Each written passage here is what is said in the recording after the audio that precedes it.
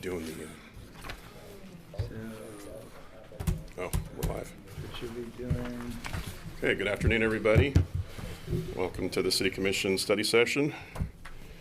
And we'll get started with, where are we starting with first? Yeah, we're going to do the Comprehensive Safety Action Plan real quick. Fantastic. So just as a kind of an introduction, it's been, a year and a half, maybe almost 2 years ago when we applied for a grant, a federal grant, which was a planning grant to do a safety action plan. And from there, once you complete the safety action plan, that allows you to apply for other federal grants. So we're just going to give you an update on where we're at with that right now. So Jim Kowach, if you want to take it away. Sure. Mayor, Commissioners, I'm Jim Kowach, Deputy Director of Public Works. Yeah, it started back in September of 22.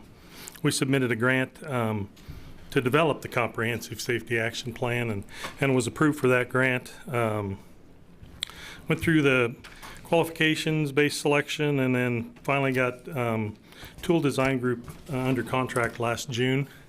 So we've been working with Tool Design Group since June. We had planned on doing like a full study session to present the draft plan to you for your review and comments, but it's not quite done, and we're coming up on a deadline. If you have an approved action plan, you can apply for implementation grants. If you don't have an approved plan, you can apply for demonstration grants. And we are wanting to apply for a demonstration grant for a project to improve safety here in Salina. And we will be going more into that project as one of the items on the agenda for today's meeting. But as far as the Comprehensive Safety Action Plan, it was approved by Congress opens a huge door as far as availability for funding. Once we have a plan, we're eligible for $580 million worth of grants that are in effect. Right now, there's $402 million for demonstration grants available. The minimum grant size is $100,000, and we're looking to request $150,000. Out of that $150,000, the city would only need to pay a $6,000 match, because there's also a grant with the Kansas Department of Transportation Infrastructure Hub that helps pay for city or county matching funds. So we're wanting to apply for that grant, which is later today, but I did want to update you on everything that's went into developing the Comprehensive Safety Action Plan. And this is really abbreviated. We've crunched a lot of numbers. They've done a lot of public involvement here in Salina, trying to come up and identify statistically where our riskiest and our high injury networks are. So we're going to just kind of go through how they did the crash analysis. The high injury network is the HIN. The high risk network is the HRN. We've compiled a lot of data, and they've sorted it for motorists, for pedestrians, for bicycles. That unfortunately, Salina is statistically a lot higher than the rest of the state when it comes to pedestrian and bicycle injuries and accidents. That's one of our focus areas on trying to improve safety here in Salina. It does follow reason, though, that most of our accidents, most of our crashes, most of our injuries are on our higher volume roadways. So you'll see a trend when we get to some of the graphs and stuff in the presentation. But really, the safety action plan is, what they've described it is just a different mindset. The old engineering way of thinking about things is when you have a problem, you fix it. And, we have people that call in with concerns about an intersection being a lot of close calls or, not safe, and we'll go back and look at the accident history and we say, well, it really doesn't warrant, a stop sign or a signal or a yield sign.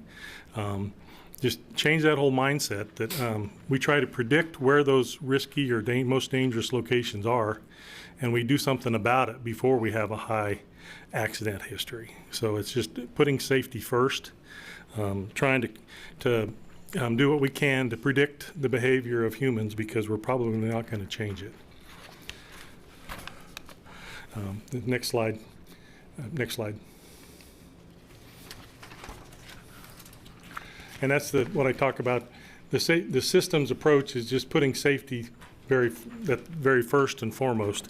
And the thought is that someone shouldn't have to pay with their life or an injury for making a mistake. So we try to predict those areas where people are most likely to make mistakes and design or engineering ways to improve those locations. Next slide. This next slide, kind of preventing crashes is a big part of it. And CSAP is a Comprehensive Safety Action Plan acronym, but there's a lot of steps into what goes into the plan. We have to see what our data is, and from that we have to set goals, collect and review the data, perform a safety analysis on what the data is telling us, do a lot of engagement and collaboration, which here in a little bit I'll describe the extensive public involvement that we've done.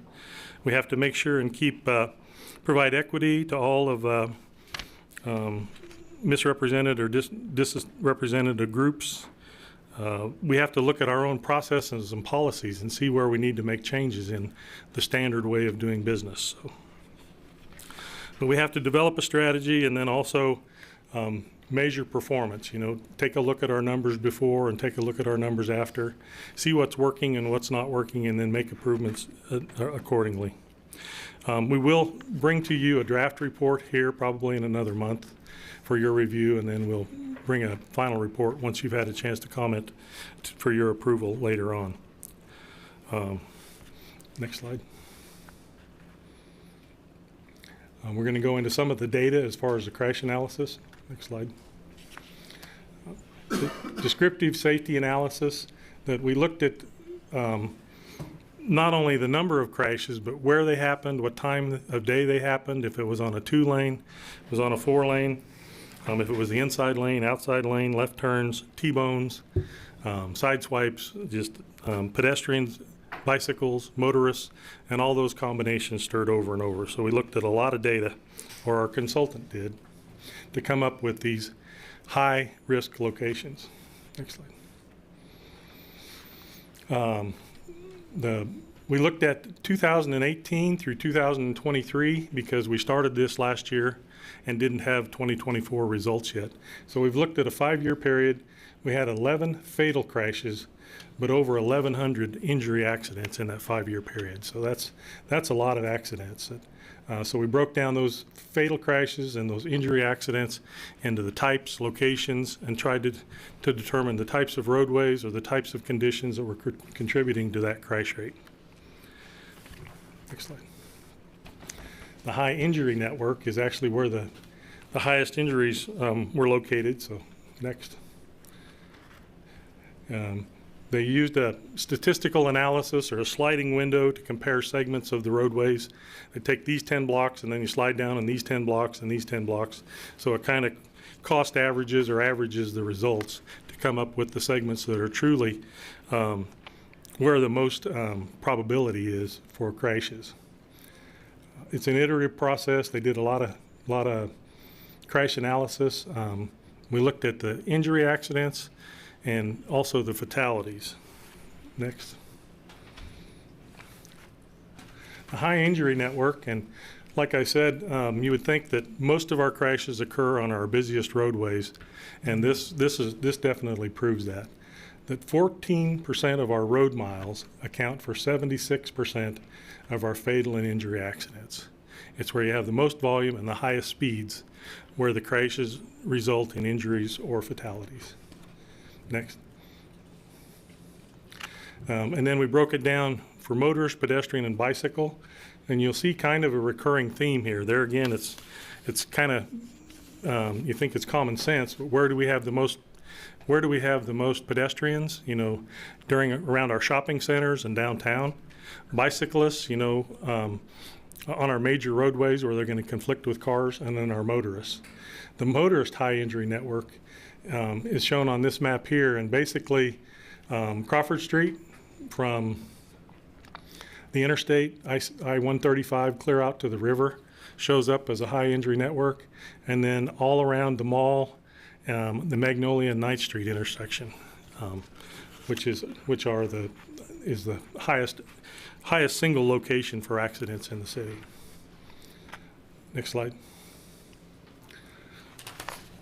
The one on the left here is pedestrians, and because there aren't a lot of pedestrian accidents, they did have to do this several times, but they did an iteration and Crawford Street, Santa Fe, Iron, a section of Ohio, down around the shopping center where people are walking to get groceries, and then down around Walmart. A lot of pedestrians are trying to cross Schilling and 9th Street with the conflicting with a lot of traffic. So pedestrians are on the left, and then bicycles are on the right. That's Crawford Street and Iron Street that are on the heat maps shown as the darkest and the most accidents. So, next slide. The high-risk network is taking those characteristics of where we have the highest injuries and just applying them to our system. If all of the things about Crawford make it have a lot of accidents, what streets are like Crawford, for example? So we identified a larger network of high-risk areas that we would also need to take a look at, trying to forecast and prevent or predict accidents. So the next few slides talk about the high-risk network. It's different than your high injury because you're trying to predict where it's going to happen. A proactive approach. Go ahead. We do have broke it into categories as far as going critical, kind of the pink color, the peach color's high, medium, low, and minimal. But here again, 68% of the fatal and injury crashes, but on only 14% of the roadway miles. So, you know, there's 14 or 15% of our roadway miles makes up almost 70% of our injuries. Next slide. The high risk network, all modes, which includes motorists, pedestrians, and bicycles. Crawford shows up on the heat map as being one of the highest locations. Belmont and Magnolia, where you have a lot of pedestrian traffic and car traffic, and down along Schilling show up again as kind of the concentrations. 2.5% of the miles account for 21% of all the fatal and injury crashes. So, next slide. Policy and plan review. There again, it's kind of looking at how we do business or why we do business, and trying to figure out if there are things that we need to look at. So the consultant looked at all of our city codes and compared that to other cities. So, next slide. There again, looking at the policy, plan and policy is to try to make sure that we're big cognizant of what we're trying to achieve or what our goals are, analyzing and using that data to determine where crashes exist now or where they could exist in the future, looking for gaps or barriers to making those improvements and identifying the costs or projects that can help remedy those, and then just opportunities to improve what we're doing and get better at it. So, next slide. Engagement, and I think we've talked about this with you before on another occasion, but public involvement and getting what people really think was a high priority for us. So we had next slide, a website, a project website, and then also did an online survey. To advertise the online survey, we sent information out in the water bills for everyone in the community, tried to engage people with that. We had it on our website. Every one of the pop-up events or the public meetings we had, we gave out little cards that had a code where you could just scan it with your camera and take you right to the survey. That we got a lot of valuable information from the survey, and then it was interactive. You could go on the map and show where your most common destinations are, or where you think we needed, where you felt unsafe, or where you thought we needed pedestrian and bicycle facilities. So we collected a lot of information on that survey. Next slide. There's the demographics of the people as far as age and gender. A pretty good mix, 57% female, 43% male. A large number of the respondents were over 45 years old. So this may speak to some of the things that we've talked about with the commission before, is just websites and Facebook may not be the tool that younger people are using. So that's one of the reasons we're kind of shifting our PR PR stance, but we did not utilize it on this particular survey. Next slide. I found this to be really interesting. 89, of course, who's not going to say they're not interested in eliminating deaths and injuries? 89%, but 87%, the very bottom one, stated they were willing to change their behavior to reduce serious crashes. So any changes that we make, we need to communicate with the public that we're doing those to reduce crashes and injuries and fatalities. Next slide. And this is hard to read, but if you're interested in this, I can send you a version that's you can blow it up or zoom in on it. But destinations, it's kind of all over the map. People wherever they like to go. There's lots of places to go in Salina. Downtown is a real popular spot. Down South 9th Street and the shopping centers are real popular. Next slide. I got a comment on this slide, Jim. Yes, go ahead. Number one, Old Highway 81 in Schilling. Okay, I'm old, and I know that was Old Highway 81. So why don't they say 9th Street? Well, that was brought up, but it seemed like, and I think it was duly listed on the survey, but I wasn't sure. That was one of the changes we asked them to do, and they didn't. The person who was supposed to update this wasn't available. So, Okay. but Old 81 and 9th Street are exactly that same road. But I'm thinking a lot of people are going to say, where's Old Highway 81? Yeah. Okay. We'll make sure as we move forward, we call it 9th Street. So, thank you. Go ahead. Intersections, there's a lot of intersections, a lot of traffic. Like I stated, Magnolia and 9th Street is our highest crash location, but there are a lot of other locations where people said that they felt uncomfortable or thought improvements could be made. So they're all over the map. And according to the public, we have a lot of work to do. Next slide. And this was the walking routes.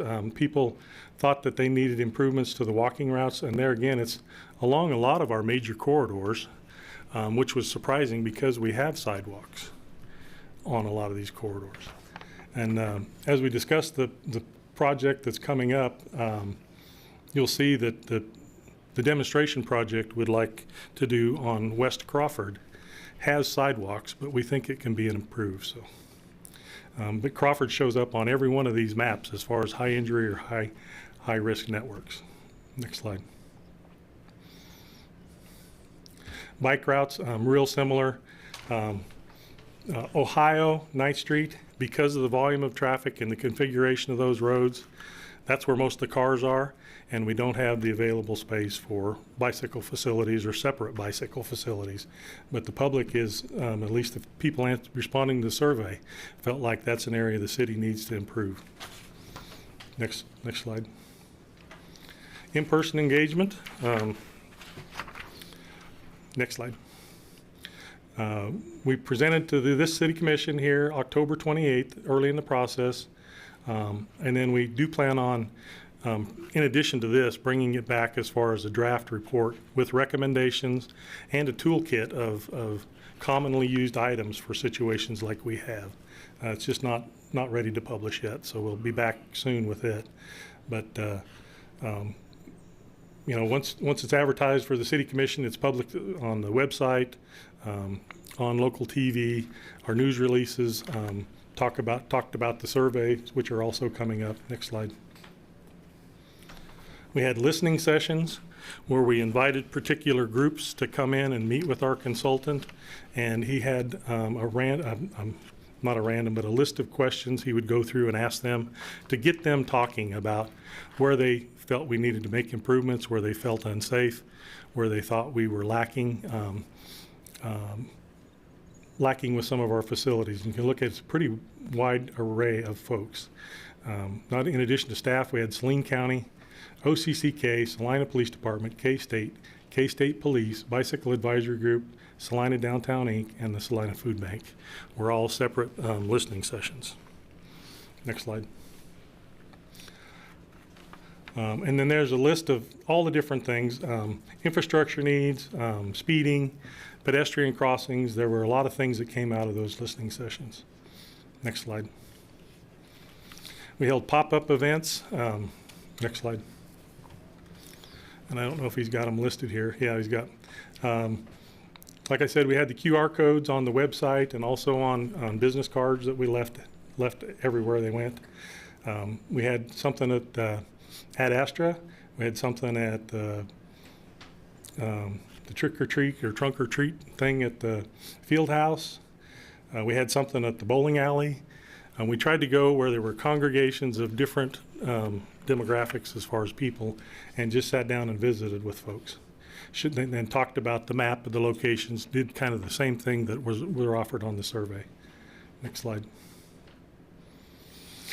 The two highest locations that on our high risk and high injury network were Crawford Street and 9th and Belmont, or 9th and Magnolia intersections. So with our consultant, we invited the mobility group to go out and walk audit those, where you actually walk around, feel what it feels like to be on that sidewalk, evaluate the pavement markings, evaluate whether or not the sidewalks were ADA accessible, if you had a lot of ridges or panels that were broken, if you had broken curb, the things that would inhibit people from all walks of life using that facility. But that was enlightening. Next slide. And then we also wanted to make sure that not everybody has a cell phone or web access or is interested in it. So we wanted to make sure we were reaching all demographics of the community. So we tried to identify those sectors in the community and did what we could to try to, on our outreach program, to try to reach those. Next slide. We gathered the information, we mapped them, and then we looked at that in our safety action plan as far as protected groups or underrepresented populations, making sure that what we did was good for everyone. Next slide. And there's a lot of information here that talk about people of color, people of poverty, cost-burdened households, and there's definitions for each one of these. Next slide. Unemployed population, and that doesn't mean, you know, they're all 26-year-olds living with their mom. Some of these unemployed people are actually retired, so you need to look at what unemployed means. Limited English proficiency, and older adults, where are they concentrated here in the community? And older is over 65. So, next slide. Youth is classified as under 18, so there's some areas that have a higher percentage of the population with kids. Carless homes, where are the number of homes, or where are the centers where people don't have a car and they rely on public transportation? And the darkest section is North Salina, but you know there are populations all over the city that don't have a car. So the bus network, working with OCCK, is vital for people to get the goods and services they need or to get back and forth to work. And then the final one there is just households with disabilities. Next slide. And then we looked at our high injury network within the city, and there again, Santa Fe, Crawford, Iron, 9th Street and Magnolia, Schilling Road, and then a section of Ohio Street. Which are all major corridors for cars, but you'll notice that several of those are where we have a lot of pedestrian or bicycle traffic as well. Next slide. The next steps, go ahead. We are finalizing our action plan, and with that, you know, we want to demonstrate our commitment to working towards zero fatalities, which is why all this money, federal money, is available. We will ask the commission to adopt a Vision Zero goal of some kind as far as a % reduction or zero fatalities or injuries by a certain date, something to achieve, something to measure, and something to work towards. We are going to get a countermeasure toolkit, excuse me, and decision matrix with our draft report to demonstrate the things that can be done within the city to improve our safety. We have ramped up just our pavement marking policy in the last couple of years to try to improve pavement markings citywide. When Jim Teutsch was here, we identified all the gaps in our sidewalk network, and we've been working to close some of those gaps. So we're moving forward with a lot of these initiatives already, but this is going to really help us see the big picture and to help us prioritize where we spend our dollars. And then we did want to put in for a demonstration grant because we don't have an approved action plan yet that we'll talk about a little bit later today. Once we have a plan in place, we will be eligible for all of those implementation grants. So if our demonstration project is a success, or if we look at the toolkit and want to make some more safety changes here in Salina, we'll have an opportunity to apply for grants under those programs as well. And here's just an example of some of the countermeasures that they would come out with. If you're familiar with the latest RRFB, or Rapid Reflectorized Flashing Beacon, over here on 9th Street across from Park Street, we did a bulb out so pedestrians could get out past the cars and see the traffic. Traffic can see them, and then we put a beacon there at that crosswalk so that it can be activated, slow people down, and make sure that they stop for people to cross it. That's just one of the tools that we're looking at doing, is implementing more of those beacons around town. We have a project in line that's going to start in a couple weeks to put some beacons down around the YMCA. We've got one planned to put on North 9th Street between Hamilton and Antrim right this summer by the bus stop there. So we've got a plan, and we're already moving forward, but these grants can help pay for some of those improvements in the future once we have an approved action plan. Next slide. And then we'll have more specific data, and we can dial in on the different corridors and look at segments where on Crawford, where are the worst areas on Crawford, or what should be our highest focus. Next slide. There again, those are just samples from another community. Next slide, please. The whole thing about having this action plan is it's not a plan that you just get done and set on the shelf. It's a plan that you use. You measure where you're at now, you set goals, and you statistically try to improve the safety for the community in all these areas. Next slide. And we hope to bring a final report for your review here just later this summer. Do you have any questions for me?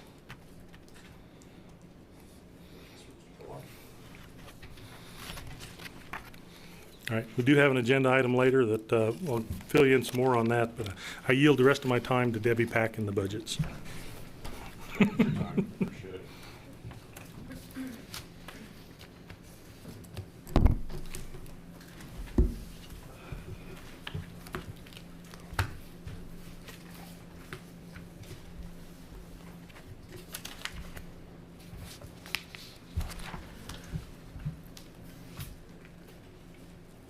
Good afternoon, Mayor and Commissioners. Debbie Pack, Director of Finance.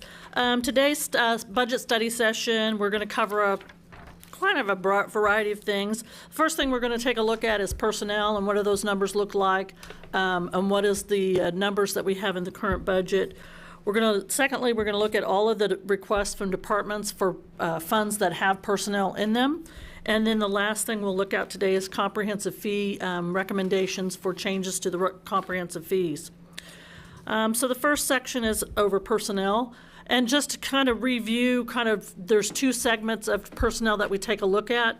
The first is a cost of living adjustment. This is just a flat one-time adjustment to pay. It applies to all the designated employees. I will say in any of these recommendations, the City Commission has the ability to do anything they want. They can do all employees, they can do partial employees, they can do groups, they can do a certain amount, certain dates. So you have a lot of flexibility in how you apply some of these tools and things for personnel. Under the cost of living, the pros to that is that all of the employees that you designate will receive an increase on a specific date. And it also helps the city's pay ranges stay within industry. So it moves that pay scale up with that cost of living increase. The cons to it is it's typically higher to implement than just a merit increase because it does affect designated employees on a specific date. The second kind of pay structure interest that we look at is the merit increase. This is applied to individual employees. It's based on performance evaluation that's completed by their supervisor, and it's typically effective on the employee's anniversary date. So the pros to this is that it rewards employees for good performance. It's less cost to the city because the percentage is determined by the performance, and it's given on a specific date, not on a specific date. So if somebody's annual review is not till November 15th, then that's when it's effective. So it's only really costing the city 6 weeks out of that year for that particular employee. So it does tend to be a little bit less inexpensive for the city. The cons are that anytime you do performance reviews, you run the risk that it's not always consistent across the organization. It doesn't affect the pay range. So when employee A gets a raise based on their performance, it doesn't change the range in which we're hiring new employees. It stays within that range. And also employees at the top of their range do not receive merits. In our policy, we recently added that they do receive additional vacation days, so we did change that in the policy. The next slide shows you kind of where we've been historically. You can see there was a great deal of time, especially after the 2008 fall of the economy. There was many years where we had no COLAs and some merits. There were many years where we had some merits and no COLAs. But over the last 4 years, you can see that with the addition of the pay plan, which was implemented in 2022, in which every employee got a minimum of 2%, we've offered our employees up to 7% increases over the past 4 years. So that's pretty significant to look at. We've been able to do that because of our revenues, and we have also been trying to push those numbers forward to make sure that we're still being competitive in the world when we're trying to hire people. I will note in this, we typically look at what's inflation, what's going on in the world, how do we help our employees stay up with those types of things. The inflation rate currently is 2.3%. In 2024, it was 2.9%, so it is coming down a little bit. That peaked in about 2021, right after COVID, when it was at like 8%. So that's when we were being very aggressive with some of those merit and COLA increases. In today's budget numbers that you're being presented today for all the funds that include personnel, we've included a 2% cost of living for all employees effective January 1st, 2026, and a maximum merit increase of 2% for all employees effective on their anniversary date. The numbers you'll see today do not have any increases in health insurance. We're still working with that. We're working through with that with our consultants to see what those numbers might look like. And we're also not including any additional staffing requests in this budget that we're presenting today. The next slide kind of gives you a big picture of what does that cost us. As you can see, a 2% COLA, 2% merit for the general fund is about $36.5 million total. For the Arts and Humanities Fund, about 576, and it goes on through each of those funds. I've also provided what those numbers may do if you so chose to change them as far as the percentage of merit, percentage of COLA. But probably the most important columns are the right two, and that is the cost of 1%. So the cost of 1% COLA in the general fund is about $290,000 a year. The cost of a 1% merit based on the current employees' anniversary dates and such, and an average rate is about $110,400 a year in the general fund. And overall, a 1% COLA to the government is about $361,800 for a year, and the cost of 1% of a merit is about almost $143,000 over all funds. So having given you that kind of overview of the personnel, the next sections that we're going to look at are the requests from the departments for their operational budgets. I will say we did include in here some numbers. What we provided was the overall view of the fund with revenues and expenditures as requested. And what we're also providing you is by division or by department, what those increases look like over that for that particular department. So as we begin with the general fund, you can see that we're recommending or proposing revenues about $57.5 million, cost of about $58.1 million, which would be a deficit of about $640,000. But we wanted to note on that was that part of that is one-time cost. The next slide will show within that cost, we've put in $500,000 for a comprehensive plan for the development services. And we also have the second phase of a project going on the 9th Street Island and medians for about $120,000. So you can see of that $640,000 deficit, $620,000 of that is one-time cost. So that makes the budget a fairly flat budget, balanced budget. So we felt like that was a pretty good option for us. Yeah, Overall, I just want to mention real quick. So Debbie said that this was the numbers that were requested. The guidance that we gave to the departments was to really hold the line on the 2025 budget. So there were some places where things, maybe went up a little bit, where things went down. This isn't just an acceptance of whatever was submitted by the departments. We did have to go back and work with them on some things and adjust those accordingly, just to make sure that we stayed in line. So I didn't want it to make it seem like, the departments submitted a budget and we just took it forward. There was some back and forth on quite a few of the budgets just to try to make sure that we kind of fell in line with the guidance that was put out. I mean, what we're really trying to intending to do here with the general fund is to not grow the budget at a dramatic rate. That's why we're looking at smaller cost of living increases, smaller COLAs than what we've done in the past.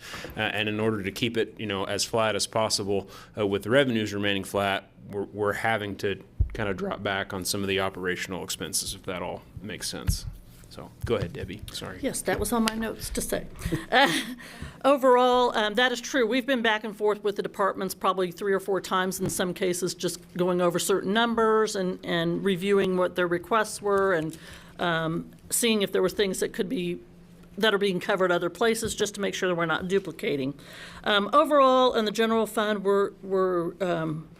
the proposed budget looks like an increase of about 3.2% in revenues and an increase of about 4.5% in expenditures, which includes payroll, which, as we said, was about 4% with the 2% COLA and 2% merit. Not everybody gets a full 2% merit, so there's some averaging out there that kind of covers some of that number. So then what we want to provide for you, instead of going line by line on the budget, was to kind of give you an overview of each department, just kind of where they fell within the guidance of staying flat and why the reasons were for some of those differences that we had mentioned earlier. We did provide also numbers with personnel and without personnel, because there's only a couple of things that department heads provide information on in personnel. That is their overtime hours and their part-time hours. Everything else is calculated based on the staffing that you've approved in the staffing table.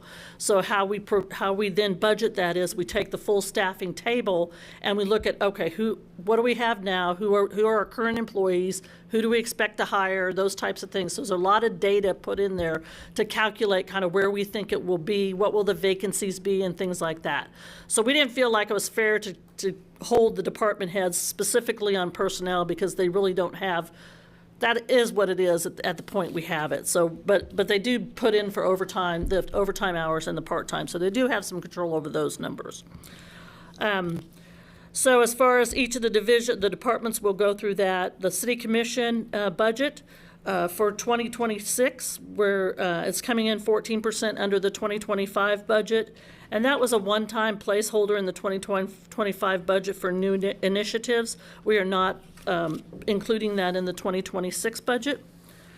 Under the city manager's division or department, personnel is up 1.7% over 2025. Without personnel, it's down 17%, and that comes in the contractual services arena. And if you have questions about any of this, just ask. I have details on some of them, but I have department heads here also that can help answer any of those questions.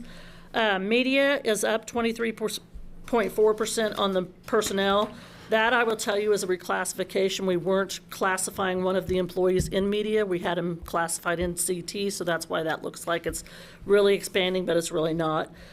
Without personnel, it's a 48% increase over the 2025 budget. That's in capital outlay. That's just some maintenance replacement servers that are needing to be replaced at this time. Risk management, we talked about this a few weeks ago. That is in insurance premiums. That's one of those areas that we really don't have any control over. So this was had a big effect on how we budgeted the entire general fund, because we knew this was going to increase a significant amount, so that there was other things that we were going to have to tweak a little bit more to kind of make up for that difference.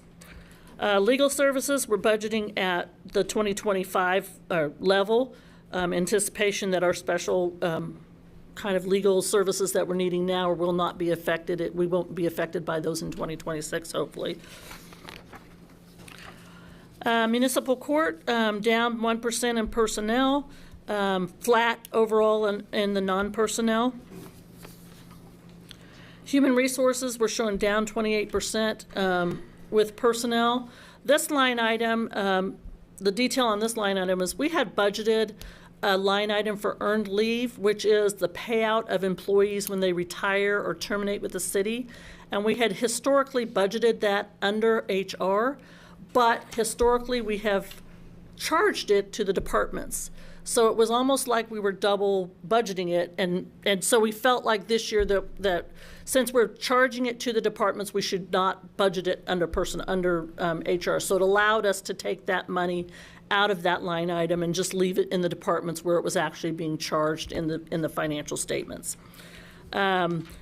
Also down in contractual services for HR is in the contractual services area without personnel. Finance, personnel is up in about 2.5% over 2025 and is flat in 2025 without personnel. Technology is up about 3.7% in 2025. Without personnel, it's 2.5%. That main category was in contractual services, which is their planned and directly in their planned maintenance. So if they have maintenance that's planned for specific things like servers or racks or something like that, that number is what was causing an increase in their budget for their budget request for this year. Police, which I included, I didn't separate out. This is administration, support, detectives, and patrol. Overall, with personnel, their number is going up about 3.4%. Without personnel, their number is flat. Fire, which is administration, EMS, suppression, and prevention, they're up about 3.2% over 2025 in personnel and up about 3.1% without personnel. This is in commodities and contractual services. They did add some funding because they now have SWAT medics. So that was going to be some of the money that they had to add because that wasn't a functionality that was there before. And then they had a couple of other maintenance contracts that they needed to cover in those areas. Public Works, which is engineering, streets, traffic, and flood control, with personnel up about 8.9%. Without personnel, it's up 6.3%. Their major categories of increase were in commodities and contractual services. And looking at the detail, a lot of that was in vehicle maintenance with some of the vehicles that they have.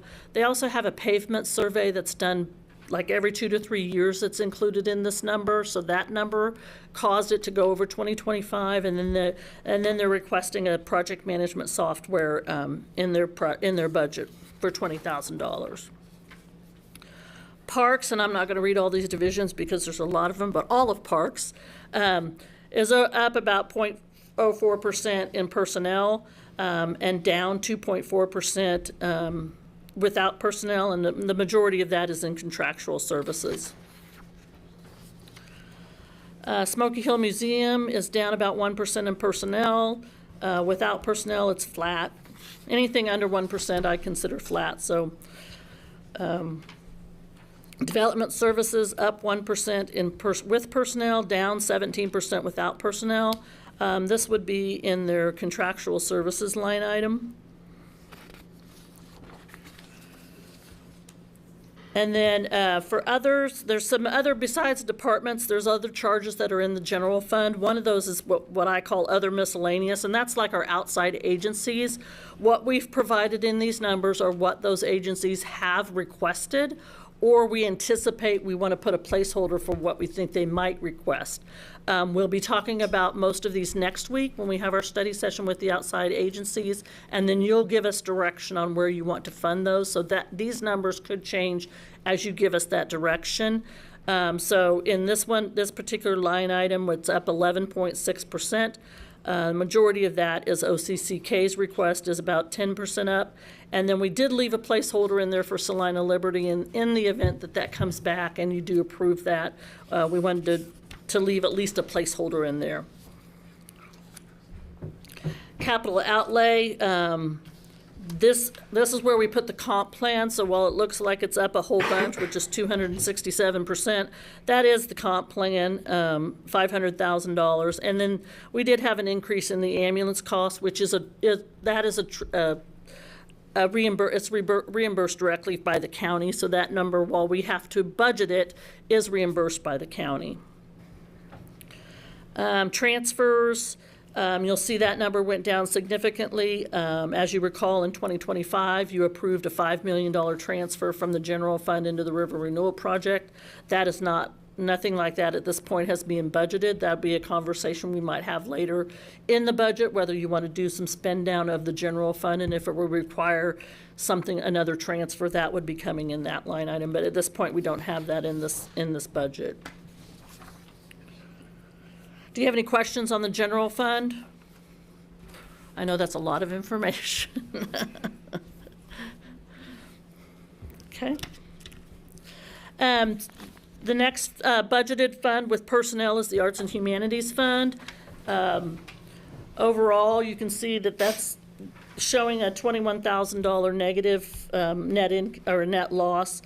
With its fund balance, we feel like the use of that fund balance is okay.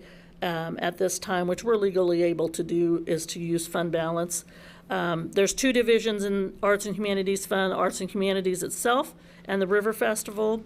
In the Arts and Humanities division, personnel's down as well as without personnel, and that comes through contractual services. On the Smoky Hill River Festival side, those are up 8% in personnel. Most of that's part-time personnel that's hired just for the River Festival, as well as in other with contractual services.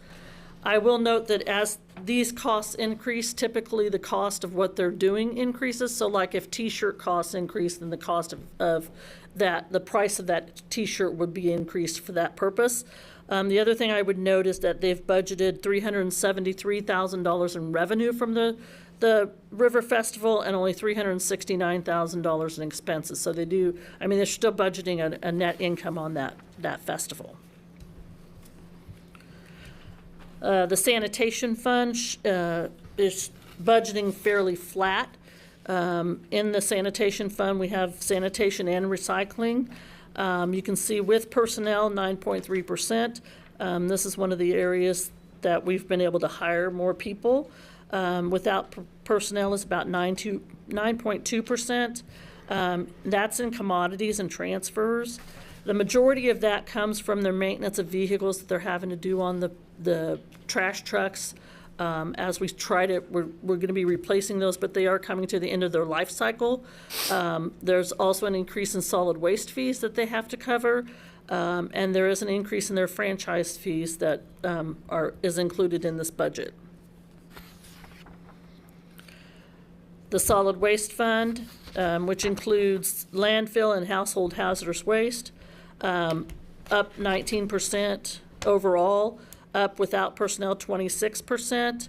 The majority of this is in engineering services, so they're mandated by law to have certain things done, testing and regulations tested at the landfill. And so they have a lot of that engineering services is done by a third party.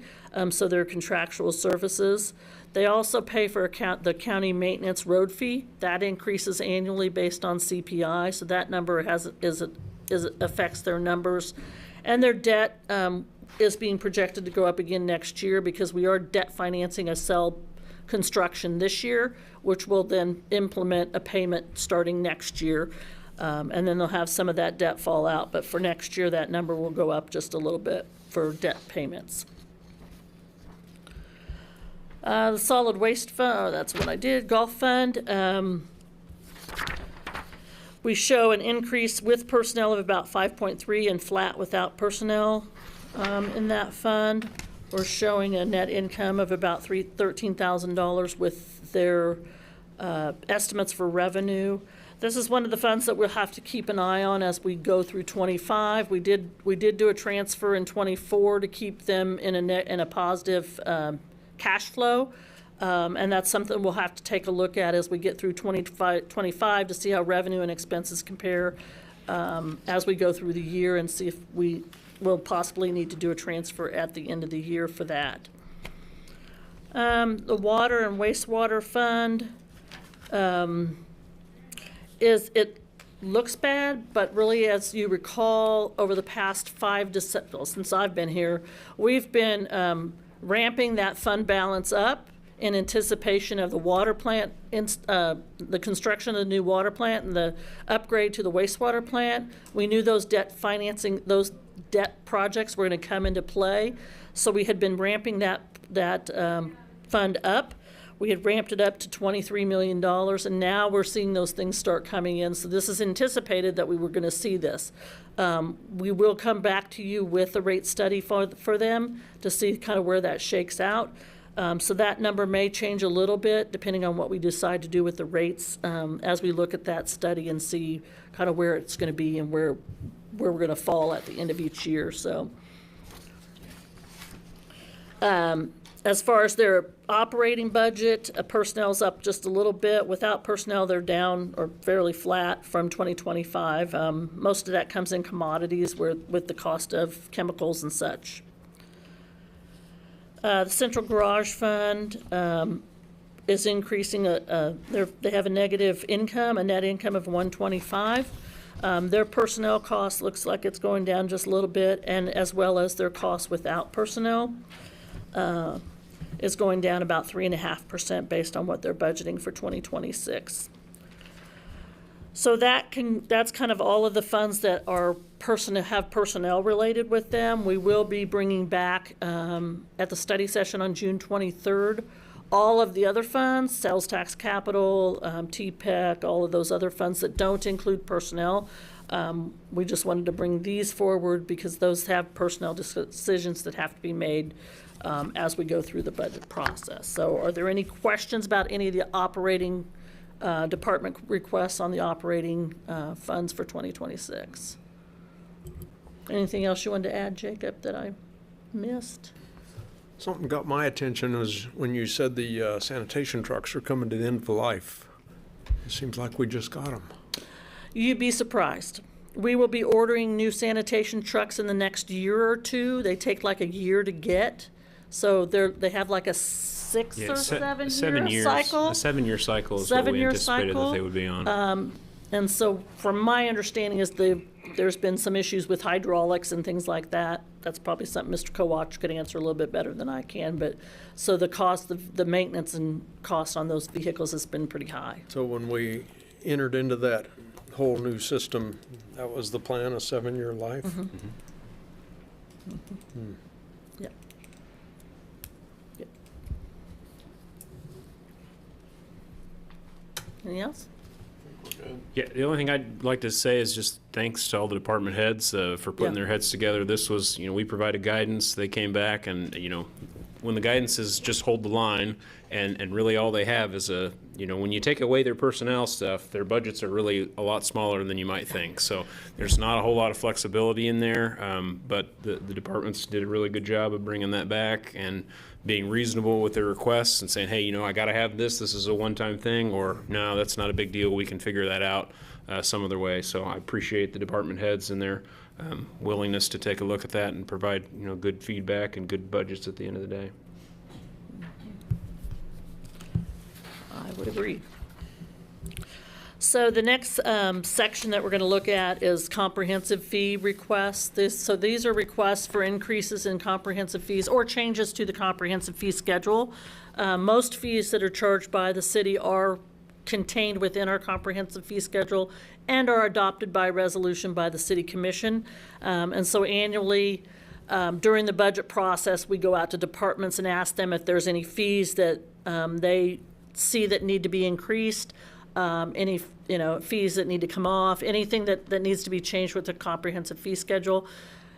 We have changes throughout the year sometimes, but we try to capture most of them in this part of the budget. So also there's two reasons for that. We can also account for the increase in revenue as we go along, if we know what those increases are going to be. The first section, it falls under the fire department, and these are most of your EMS charges. These are typically based on what is provided for under or approved as Medicare rates. So we like to at least have fees that are flat with that, so that we're capturing the maximum amount we can, because Medicare is probably our largest provider of these fees.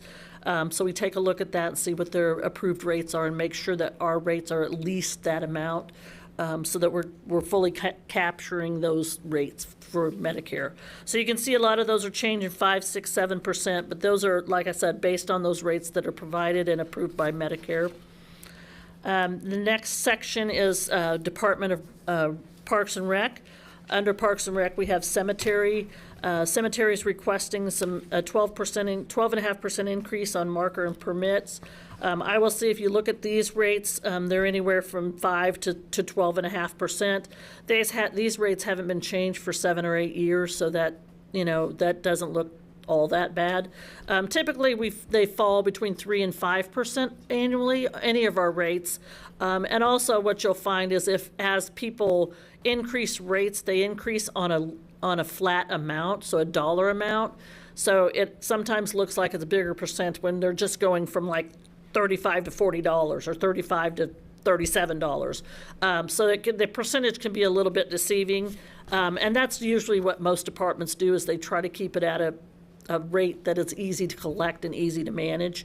Under Parks and Rec, also under Animal Shelter, they're requesting to have 2 of their fees removed. That is the pit bull permit fees. The indication that they gave me is they haven't issued these in many years, and this fee really stems from grandfathered pit bulls from when our legislation went into effect for pit bulls. So there's really no need to have this fee on the schedule at this time. The next section is the police department. I think the police department did a really good review of all of their fees to try to figure out, okay, have we raised them lately? Are they covering?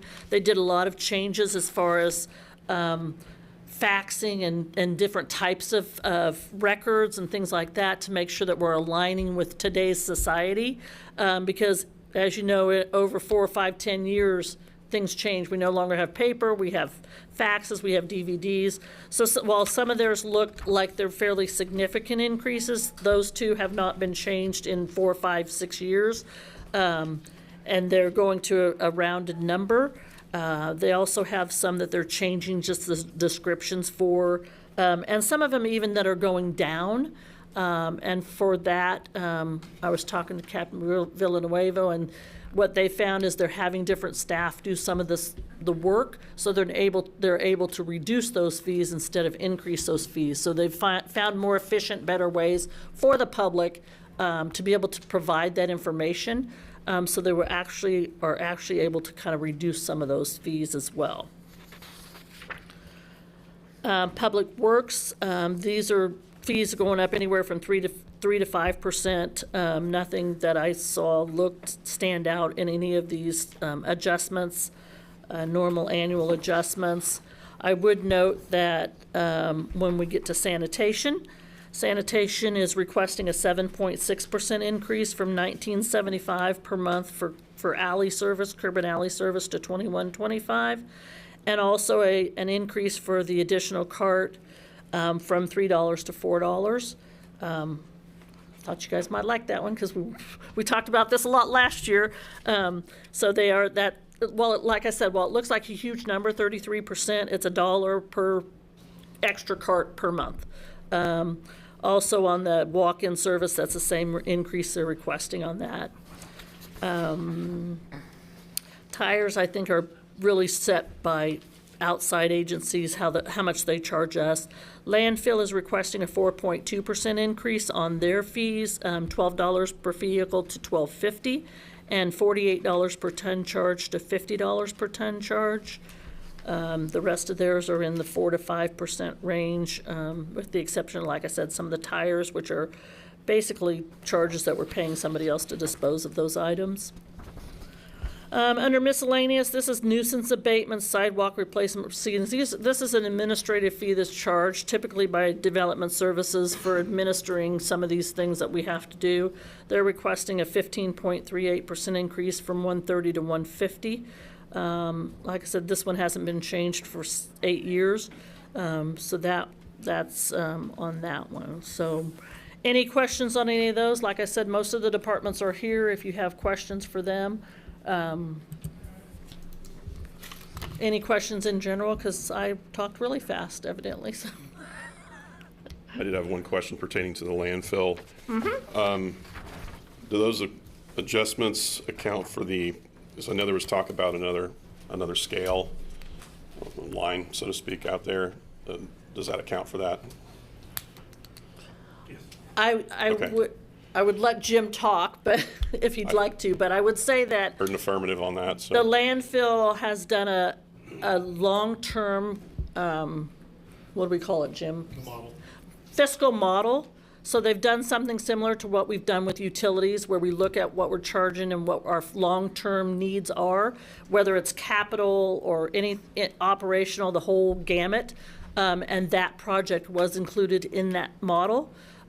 Which then drives back to the fees that they feel like they need to charge. So it all comes back into where do we need to be to get these projects included in that model. And so yes, the answer is yes. The only reason I comment is it just seems extremely reasonable considering the expanded service. So, nice. So I had on the sanitation increase, do we remain competitive with private haulers with that increase? Yes, please. That one I don't know.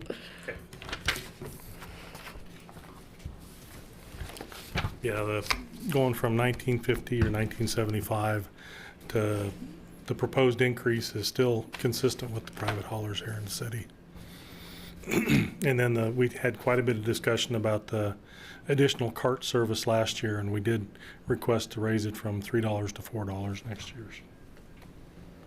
So it shows up as a 33% increase, but it's $1 per month, which is still a really good deal. Agreed.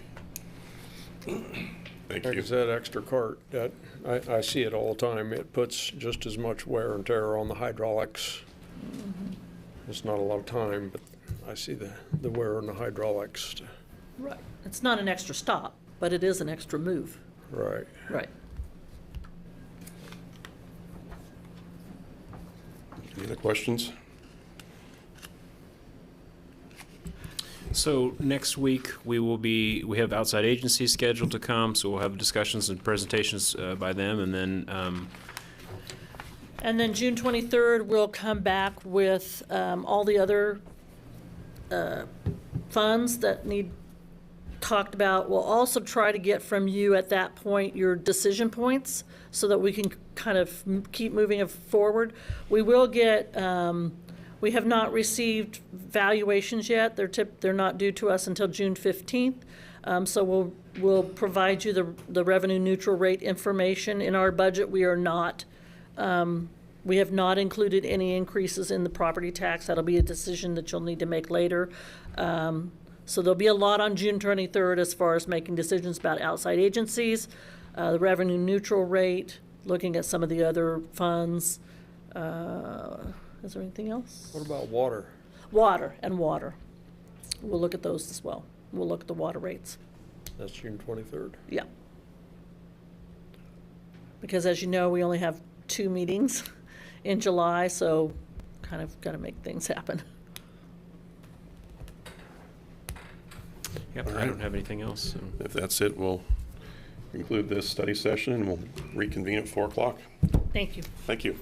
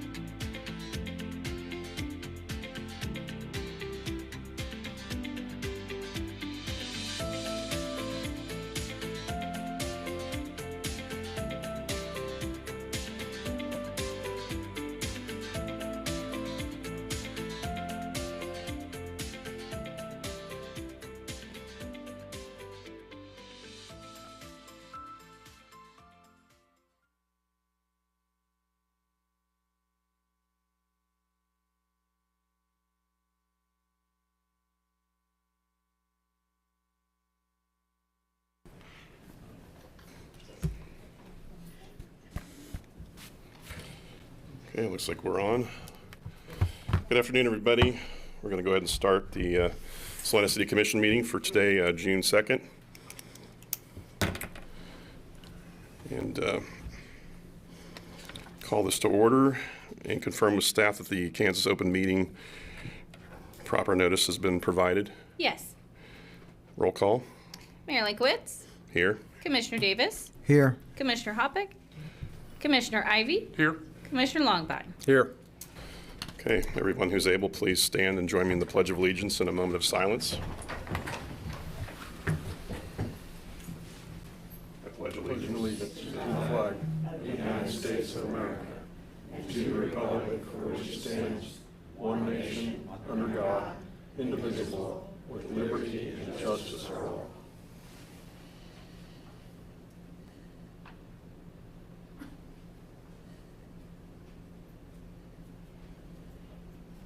Okay, you may be seated.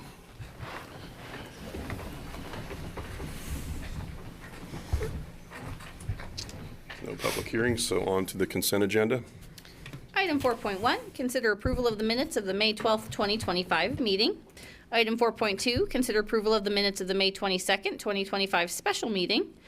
Item 4.3, consider approval of change order number 3 in the amount of $35,505.20 for project number 24022, Major Concrete. And item 4.4, consider authorizing the city manager to sign an agreement with Salina USD 305, assigning 2 uniformed law enforcement officers to the district to serve in the school resource officer program, setting the amounts involved and the self-renewal terms and requirements. Thank you. Is there an item on the consent agenda any commissioner would like to have removed?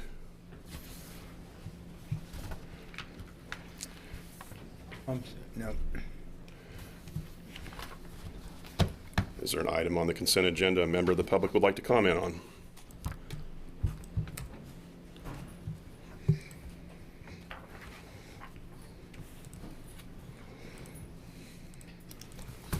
Norman Mount Salina. 4.4, authorizing the city manager to sign an agreement with the school district. Why just 2 officers?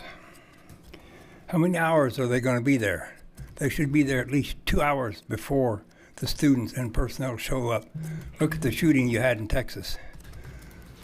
You guys need to spend more money giving these law enforcement people the money and authority to provide protection for our kids, but you're not doing it. Why? You need to discuss the color of uniforms that they're using. I have talked to the Veterans Affairs in Wichita. The color of uniform these uniformed officers are wearing are scaring our kids. The VA says, we will give you guys training, but you don't want it. You will not take the help of the federal government. Why? It's our children. You need to do something about it. I've been to Wichita to the VA and talked to them about this. The color of clothing you guys wear, all of you. All of you. Thank you. I'll bring it back to the commission. Mayor, I move we approve the consent agenda as presented. Second. All right, we have a motion. We have a second to approve the consent agenda as read. All those in favor say aye. Aye. Opposed, same sign. On to administration. Item 5. Sorry, go ahead. I'm sorry. Item 5.1, consider authorizing the interim city manager to apply for a bipartisan infrastructure law grant and matching fund grant from the KDOT Infrastructure Hub for the Safer Street for All demonstration project on West Crawford Avenue in Salina. Thank you. Mr. Kowach. Mayor, Commissioners, Jim Kowach, Deputy Director of Public Works. As we discussed in the study session previous to this meeting, the city's been in the process of developing a comprehensive safety action plan with the help of a consultant that was funded through a grant through the Department of Transportation. We're getting close to completion of that comprehensive safety action plan, and with that we'll have a toolkit of of techniques to use to make our streets and roadways here in Salina safer for not only motorists but pedestrians and bicyclists. We've been working for about the last year on this comprehensive safety action plan. We've had an extensive outreach program to identify where the public feels we need to make improvements to our transportation infrastructure for cars, pedestrians, and bicyclists. We do not have our comprehensive safety action plan approved, so you do need an approved action plan to apply for the $580 million worth of implementation grants available as part of the bipartisan infrastructure law. But we are eligible for the $402 million worth of demonstration grants. And a demonstration grant or project is one where you try something new or innovative for your community. You do some research, you measure results, and then you make recommendations on that. It's kind of like pilot project, or that's what a demonstration project is. Through our research for the Comprehensive Safety Action Plan for the community of Salina, we've identified Crawford Street as one of the high impact and high injury and high risk networks. We've also looked at Magnolia and 9th Street as one of the locations that we have a lot of crashes and a lot of injuries and fatalities. We studied the accident and crash history from 2018 to 2023 and came up with 11 fatalities, but over 1,100 injuries, and that's a lot for a 5-year period. Our fatalities were pretty scattered. There was no rhyme or reason to the location or the time of day or the. We don't have that. There's no rhyme or reason to the location, time of day, type of street that we were getting. The location of the 11 fatalities. Actually, a number of those were single vehicle accidents. So we have those and identified those, and we looked at those, but really we focused more on the injury accidents, the 1,100 accidents, as far as what can we do to try to make our infrastructure safer. The crash in the blue sheet here, I've got for the Crawford corridor, which goes from I-135 to the Smoky Hill River. The crash history included in the staff report here, and there's the statistics kind of speak for themselves that section of roadway had over 400 crashes in a 5-year period, which was 9% of our total. 9% of our fatalities and 12% of our injuries. So that was one area that we did want to focus on or try to come up with a way to make safer for not only motorists but for bicyclists and pedestrians.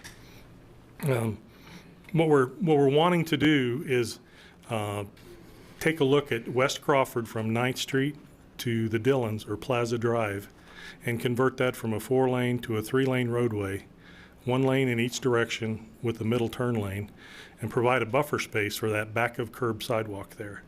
That 5-foot back of curb sidewalk with all of that traffic going 35 to 40 miles per hour does not make you feel safe. It's just you're too close to the traffic. We've had a number of close calls. During our walk audit that I mentioned in the study session, we saw at least a dozen children trying to cross at the Sinclair station, all 4 lanes of traffic. So what the grant will do, in conjunction with one of our normal overlay projects or a microsurfacing project next summer, would pay to restripe the whole thing and then add 3 pedestrian crossings at Plaza Drive near the Sinclair station and then over towards 11th Street. We would measure, we have the data for before these are installed, and we would also measure the reduction in hopefully crashes as a result of having a lane where people can make those left-hand turns that's not in traffic. Because there's so many left-hand turns in that residential section of Crawford Street, you have a lot of people that aren't paying attention, a lot of rear-end accidents, a lot of slamming on your brakes or swerving to miss, or people, changing lanes abruptly, and then also making left turns when they really don't have room. So that's the traffic side of it. A pedestrian side of it, if we have a 3-lane section and with the bump out, with a flashing light beacon, it only gives them 3 lanes to cross, but really 2 lanes and a turn signal. That if you've noticed downtown, when we changed it from a 4-lane to a 3-lane section, pedestrian traffic has gone up significantly. People feel much safer crossing, not only at the mid-block crossings, but actually jaywalking. They cross 1 lane, kind of wait in the middle, and then they cross the other lane. And it's not necessarily the right thing to do, but it's a lot safer than what we had before. That's what we're looking to do with this grant from the federal government and the KDOT Infrastructure Hub, is to try something new on Crawford to make it a safer roadway. According to the statistics, 87% of the people in Salina are willing to change behavior to make our city safer. And this is one of those things that we'd really like to try something different to make our city safer. Out of a $150,000 grant and the bipartisan infrastructure law and the supporting match from the Kansas Department of Transportation Hub, $150,000 would cost the city $6,000. So I think trying to save some lives or prevent some injuries is worth a $6,000 investment from the city. So we are asking you for your authorization to give the city manager the right or permission to apply for these bipartisan infrastructure law grant, as well as the KDOT Infrastructure Hub grant for the Safer Streets for All demonstration project. And then I'll stand for any questions. Thank you very much. Any questions for Mr. Kowach?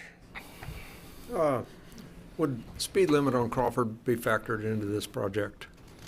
It's currently 35, but if you notice it, people drive it more than that.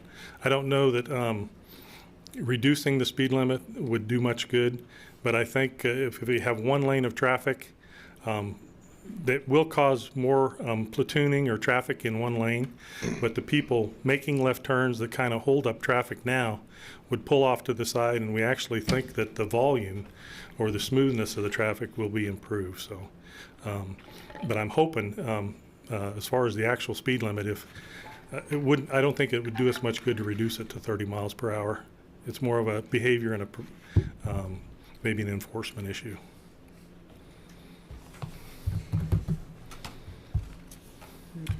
Okay. Any member of the public wish to comment on this item?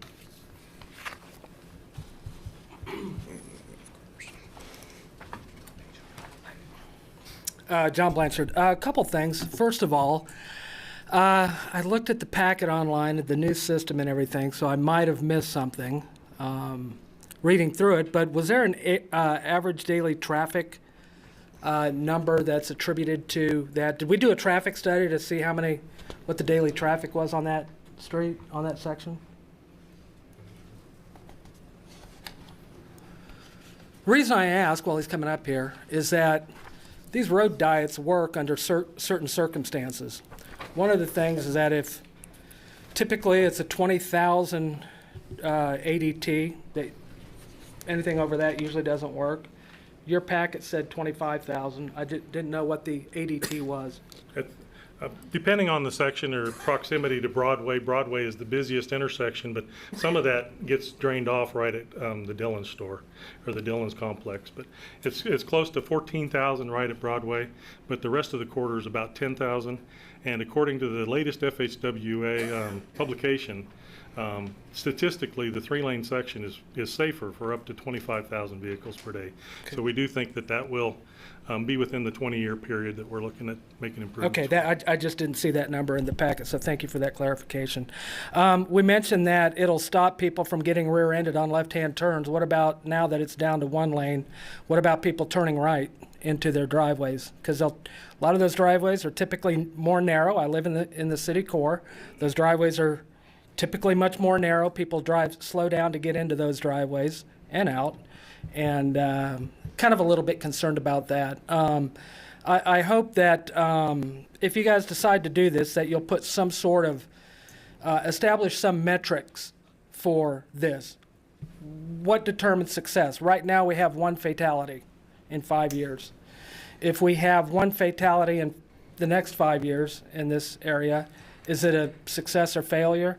And if we have one fatality in 10 years, is it a success or failure? So I just hope that you'll put some sort of measurement component to this so that we can figure out if it's successful or not successful. So if you decide to do this on another street, we can look at doing that. But just want you to remember that Crawford is the only street that goes from the east, clear out of town, to the west, clear out of town. It's the only street that goes all the way through. I don't know if it's busier than Ohio, but I would assume that Ohio and Crawford are probably the two busiest streets, which might attribute to the increase in accidents and potential fatalities. So thank you very much.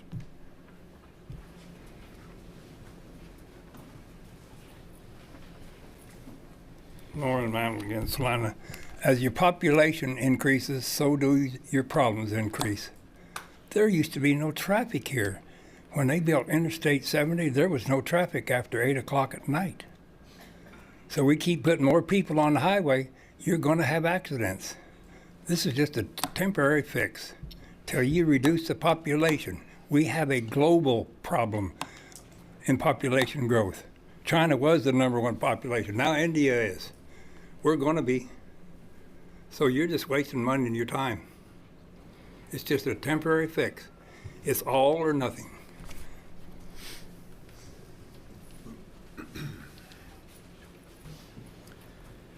Ben Winnow, Salina.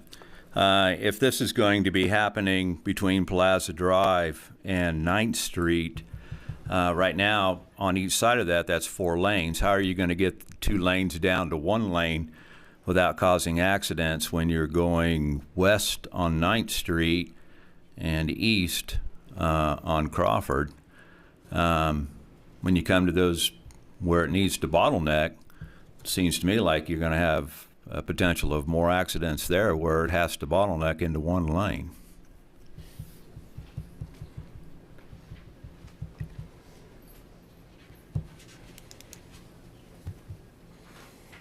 I'll bring it back to the commission.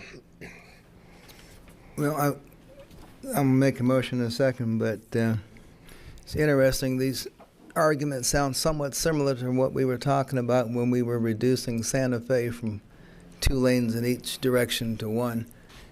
And if you never lived here before, you wouldn't know that there used to be 2. And it flows. People slow down.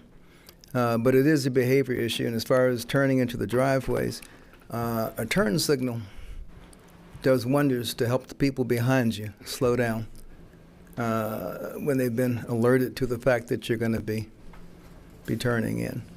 But sounds like an idea worth trying, and we hope that people aren't coming from the east side of town going through to the west without stopping and buying something. So maybe this will slow them down and increase our sales tax revenue a little bit. But I move that the commission authorize the city manager to apply for a $150,000 bipartisan infrastructure law grant and a matching fund grant from KDOT Infrastructure Hub for the Safer Street for All demonstration project on West Crawford.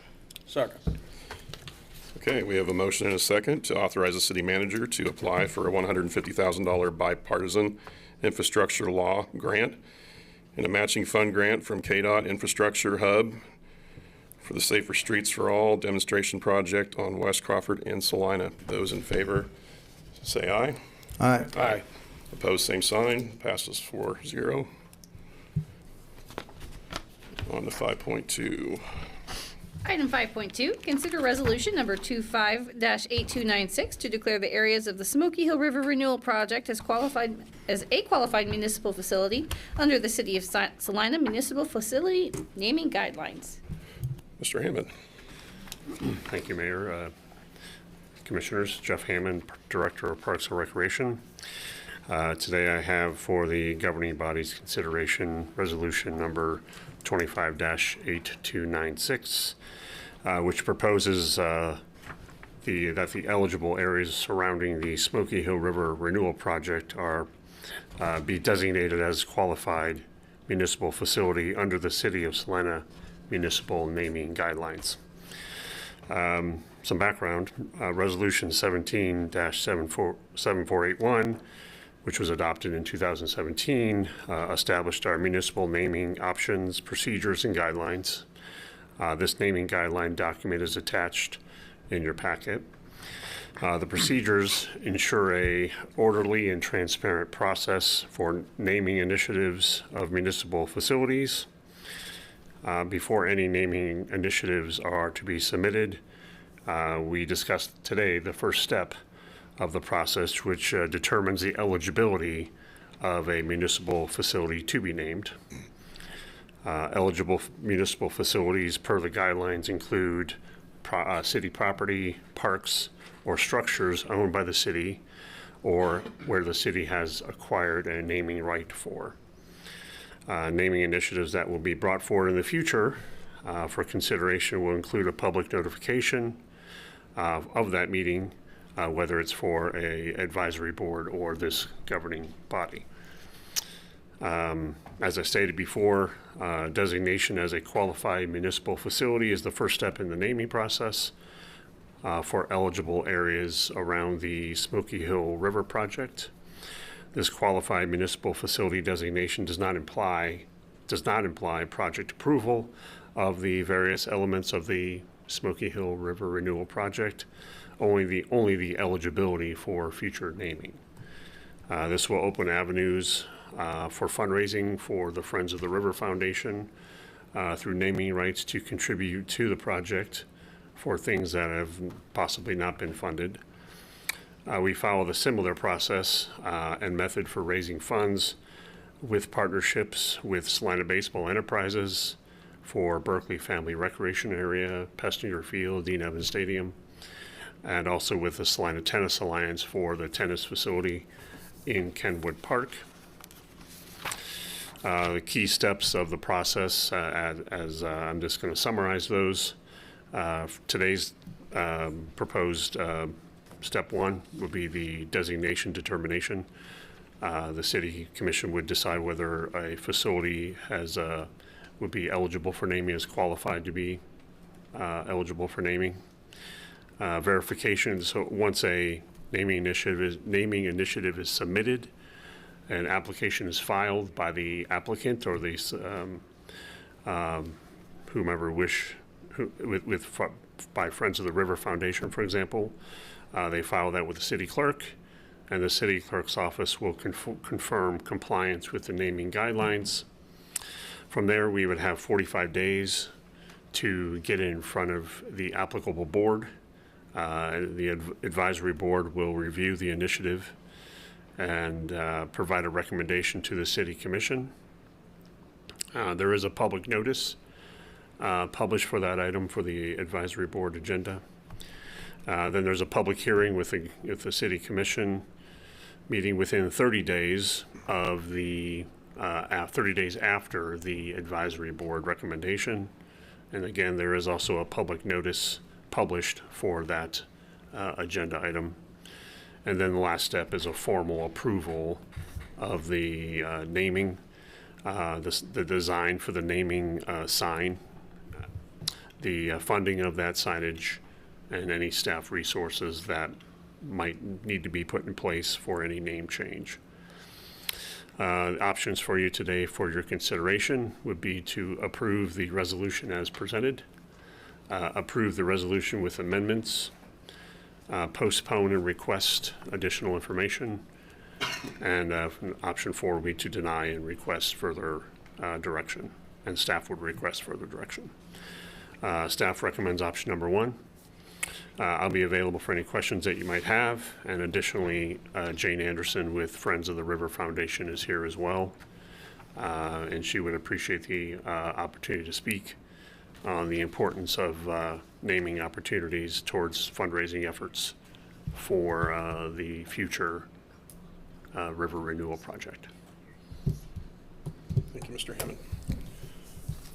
Anybody have any questions for? Yeah, and it might be appropriate to ask it now. This implies that the Friends of the River is been designated the agency through whom these requests go? Is that relationship been established with the city? The relation, I wouldn't say there's a relationship, but they approached staff about naming opportunities. Myself and Brett Lamer, the deputy, with Director of Utilities, Martha Tasker, and Jane Anderson met to discuss possible naming opportunities in the future. I discussed with them the naming process that we need to follow, and we felt it was appropriate to get this first step to determine if areas of the project are eligible to be named with you today. And so future naming initiatives as they come, we would have that step already completed. Right, but, and I may have just been overinterpreting this, would future initiatives by another organization have to go through the Friends of the River to have this presented to the city? I would. It's not dependent on a outside agency to be partnered with. I'm not sure if that answers your question or not. But if someone were to have an interest in naming Lakewood Pond, that could be, the applicant could be someone different than Friends of the River Foundation. I gave you that as an example. But. And that's a good example, just the last paragraph on the blue sheet and somewhere else. It just kind of seems as though the Friends of the River is positioned as an intermediate step, and maybe I'm just interpreting it incorrectly, but I didn't know if that had been established. But any organization or group could petition. They would petition the city, not the Friends of the River. Correct. Okay. It's the city's process and guidelines. If someone were to make an application for a naming guideline, and it's related to parks, I would be the facilitator of that application through the city clerk's office. Okay. So has it been determined that there is interest in this? Is that why we're taking this step? I will let Jane Anderson speak to that. From what she has said, that there is an interest in potential naming opportunities relating to the areas around the river and the future project. Ms. Anderson, would you like to come up? Yep, please. Unless you don't want to. Give you a chance to speak. Thank you. We do have interest. We've already been approached without even beginning a campaign, so by a possible donor. So we've pledged when we worked with the RAISE grant. The Friends of the River, I don't know if you remember, pledged to raise $4.1 million for the Smoky Hill River Renewal. So we're getting ready for the silent campaign, actually, before it goes public. So we are needing to, what we are trying to be is as transparent as possible so that we're not ahead of the city. So that's why you have what you have in front of you, is that we're looking for permissions, that we're not doing things that are inappropriate for a charity to do on city property. Does that make sense? Yeah. And Mr. Davis, if you have a group that would like to name things, we're totally open. Please come forward with whoever that is. Plenty of groups, probably less money, but. So, yeah. Well, now, and that, since you brought, and I'm just making sure so that it's clear in my mind and anyone else's mind 12 months from now, that group would not necessarily have to go through Friends of the River? No, because this is a city project, and so we're a charity that's been in relationship with the city about the Smoky Hill River Renewal, but it is city property, and if they wanted to obviously name the lake at Lakewood, that isn't, we'd have no control over that, nor do they have to go through us. I mean, I hope we could all work together in case there is somebody that would like to do that. We could work together, but right. I mean, it's nice that Friends of the River does exist so that we have the opportunity to at least try to get folks working together in one direction. But there's no, you don't have an exclusive right to the naming process. No, not at all. Okay. So we are looking to begin fundraising for the projects along the Smoky Hill River that we don't have funding sources for the project at this point. So we're really honored to connect private donors to the Smoky Hill River Renewal, and we want to make this waterway all that it can be for the citizens and visitors. It's important for this project to offer the opportunity for that donor to name certain areas for their family or business as a thank you for their gift. And the prospect of this huge quality of life redo of a river make the Friends look forward to the day when the river becomes the center of our community again, with 7 miles of river that is boatable, a trail system along the river for running, walking, sitting for contemplation, and a new plaza for community gatherings. I think we will be surprised, just as we've been surprised with the downtown on how many pedestrians are in the downtown. That's our belief and hope for the Riverway also, that will add a whole nother level of community along the Riverway. So we are going to be fundraising for things that all the dollars we found cannot make it possible. So that's what our plan is. Do you have a breakdown of like what's to be named? I mean, are you talking someone could donate enough to name the whole project, or is it not the whole project, or a tree, or but pieces of it? I didn't bring those examples, but we do have some areas that we've worked with Martha, and actually that we would have some places that could be named for whomever. You already have a plan in mind. Somewhat. We've been working on that. It has been changing some with actually possible donors actually talking about what their interests are. So we do have places that we know we need to work toward.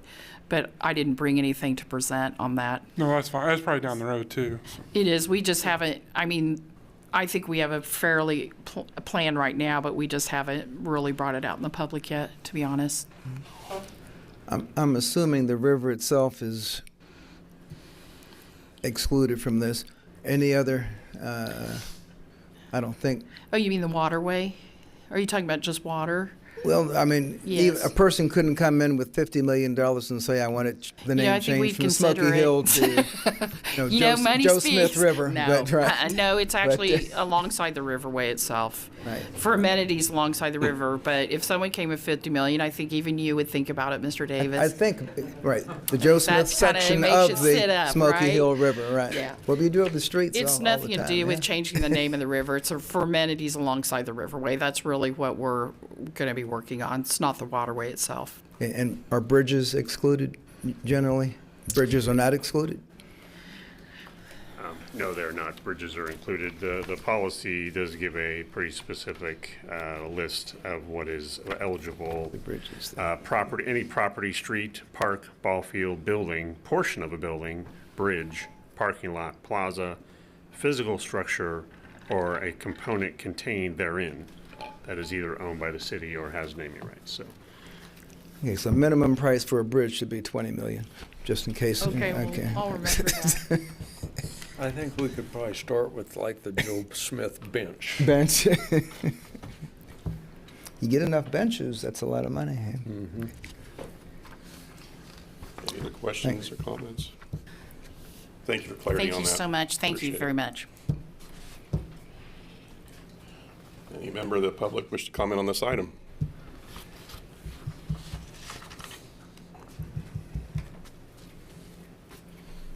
Richard Albert Humford II, Salina, Kansas, All-American City. Would like to thank the Tree Advisory Board and local agencies for donating supplies for our river cleanups, and hopefully that we can work with other agencies as well. Thank you so much. Thanks.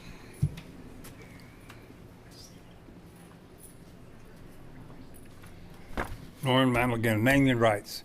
You're going to get Trump involved in this. He's been renaming stuff, haven't he? And then we're going to revert it back to its original name, which they have done. Because this land does connect to the water. The federal has control over these waters. This goes outside of the state. These waters go clear through this state, this country. If you follow the underground flow of this water, you're going to be in trouble. There's lawsuits being done over this. Thank you.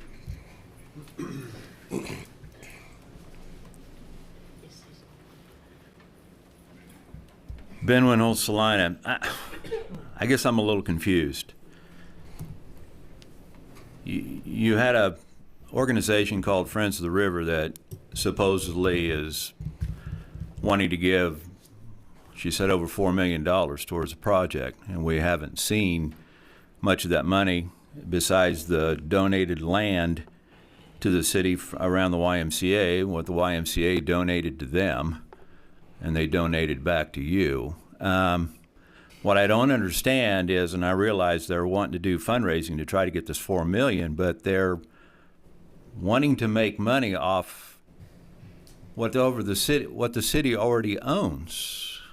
That's what I don't understand, is how they don't own anything in this park. It's all city owned. So how is it that they can make money off of naming of city property when they don't have anything to do with it? Because the whole thing is being funded by taxpayers' money and a couple of grants, one of them which we don't have yet. So I guess somebody needs to clarify or explain to me how an organization can make money off city property. Oh, please, yes. Just to be clear, the Friends of River is not going to make a penny off of this. All the donations would go to the city of Salina for the new projects, amenities along the riverside. So it's not it's not grass that's already there. It's new additions to alongside the riverway that isn't funded. So it is new additions that would be paid for by a donor, and it is a good thing to recognize donors. They want to be recognized, sometimes businesses especially. So it's a good thing to allow that to happen. So it's just showing respect for that group that's done a lot for the community. So it isn't making money for a charity. Actually, we're just sort of the bridge that brings it into the city. Okay. Thank you.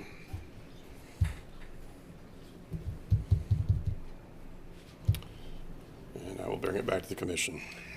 Mayor, I move we approve resolution number 25-8296 to declare the areas of the Smoky Hill River Renewal Project to be considered as a qualified municipal facility under the City of Salina Municipal Facility Naming Guidelines. Second.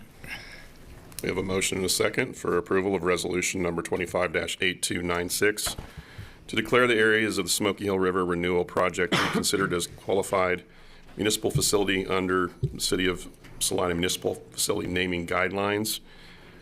All those in favor say aye. Aye. Aye. Opposed, same sign. Passes 4-0. And on to development business. Item 6.1, consider authorizing city staff preparation of a special assessment engineering feasibility report for internal improvements serving the Interstate District southwest of I-70 Addition Number 2. Hello, Mayor, Commissioners. Margie Clem, Deputy Director of Community and Development Services. Today I have a request to authorize city staff preparation of a special assessment engineering feasibility report for internal improvements of serving the Interstate District southwest of I-70 Addition Number 2. Roger Bakta has submitted an application on behalf of Bakta Construction requesting that the City Commission authorize the use of special assessments to finance the extension of public water lines, sanitary sewer lines, and public streets to serve commercial development in the Interstate District southwest of I-70 Addition Number 2, which is located on the west boundary of Interstate District southwest of I-70 Addition. This request is step 1 of 2 in the special assessment process. If this request is approved, it only authorizes staff to prepare the engineering feasibility report. It does not authorize the creation of a benefit district. So, Mr. Roger Bakta of Bakta Construction completed a purchase of an acre of tract of land located on the west end of Bakta Court, west of a hotel site. Although the property is located in the mapped floodway from Mulberry Creek, with the construction of the Comfort Inn and Suites on Coachlight Lane, Mr. Bakta sees this property as a potential site for future highway-oriented commercial development. He proposes to create 2 commercial lots west of the Comfort Inn and Suites. The Planning Commission met in December of 2024 to review a comprehensive plan amendment, a request to rezone the property, and a preliminary and final plat, all filed by Mr. Bakta. The Planning Commission did approve the final plat at that meeting. For the special assessment review process, there are 12 individual review factors in that process. There's 5 that are applicable to this project today, so that's the 5 I'm going to review. The other 7 are in the blue sheet for you to review if you have any questions. So review factor number 1, the capital cost of the proposed improvements to be financed with special assessments, along with the estimated life cycle maintenance costs. The petitioner's engineer, Caw Valley Engineering, has provided an opinion of cost of $628,450.25. You'll see the page 3 of the blue sheet has the estimated life cycle maintenance costs for proposed street improvements over the next 30 years. And then the following page, page 4, has the staff report, shows the estimated maintenance costs for the new utility lines to serve the subdivision utilizing an estimated life of 50 years. Review factor number 2 is the extent to which a proposed project requires or anticipates expenditures for additional public improvements that are not to be assessed against the improvement district. Staff has determined that there are no expenditures for additional public improvements outside the boundaries of this subdivision that are required to allow the lots to be developed. Review factor number 6, the ratio of the estimated average total special assessments against each lot in the subdivision. The petitioner is proposing to assess the 2 lots equally at 50% to both. Review factor number 9, the proposed subdivision shall be reviewed to determine the extent to which any property factors could reasonably be considered to inhibit the potential for physical development. We have not identified any dimensional issues, topographical challenges, or other physical barriers that would prevent any of the proposed lots from being developed. We see no foreseeable difficulties that would prevent a building permit to be issued on either of these lots. Review factor number 10. The proposed subdivision shall be reviewed for conformance with the following connectivity goals contained in the comprehensive plan: roadway, transit, bicycle, and pedestrian. Bacta Court is a public street that extends west from North 9th Street. Both proposed building lots would obtain their access from Bacta Court. Despite the fact that Bacta Court is located outside of the boundary fence for I-70, KDOT has asserted ownership of the right-of-way that Bacta Court occupies. They have provided a quitclaim deed for the roadway, which allowed the platting of the property and the extension of the street right-of-way to move forward. A portion of the area is designated as public way instead of public right-of-way to more accurately reflect the city's ownership interest. The City Go Green Route does support transit of the north end of Salina, and there is an existing stop on Bacta Court and North 9th Street. For our debt and financial management considerations, the City of Salina is currently at 34.35% of its debt limit. Issuance of bonds for the internal improvements as proposed would increase that by 0.036%. We have our standard fiscal note that we have for all of our special assessment financing requests for step 1. So today, for your action, we've identified the following options for City Commission's consideration. Number 1, authorize staff to prepare an engineering feasibility report and resolution of advisability for Interstate District southwest of I-70 addition number 2 for future consideration by the City Commission as requested. Number 2, postpone consideration of this request to a future meeting date and provide any additional direction to staff and or the applicant regarding additional information that's needed. Or 3, vote to instruct staff not to proceed with preparation of an engineering feasibility report at this time. The use of special assessment financing is discretionary as part of the City Commission. Mr. Bacta is here as well as his engineers if you have questions for myself or any of them. Thank you. Do we have any questions for Ms. Clem? Would the applicant like to come forward? Is anything additional to add to it? It's optional. If you guys have any questions, I'm here. Any questions for Mr. Bacta? I think we're okay. Any member of the public like to comment on this item?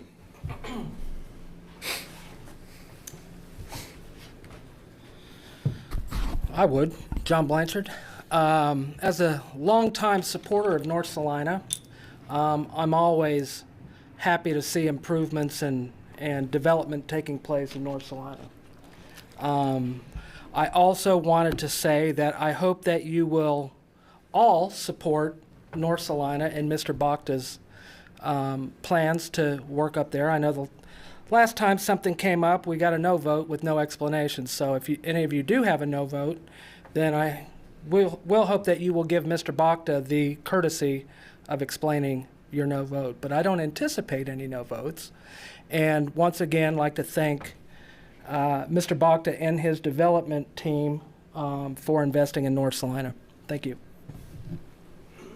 Thank you. Anyone else? I'll bring it back to the commission. I move to authorize staff to prepare an engineering feasibility report and resolution of advisability for Interstate District southwest of I-70 Addition Number 2 for future consideration by the City Commission as requested. Second. We have a motion and a second to authorize staff to prepare an engineering feasibility report and resolution of advisability for the Interstate District southwest of I-170, my mistake, I-70 addition. Number 2, for future consideration by the City Commission as requested. All those in favor say aye. Aye. Aye. Opposed, same sign. Passes 4-0. And does any commissioner have other business they wish to discuss? Just one. I can't remember how long ago it was that city was, well, and our economic development program was approached.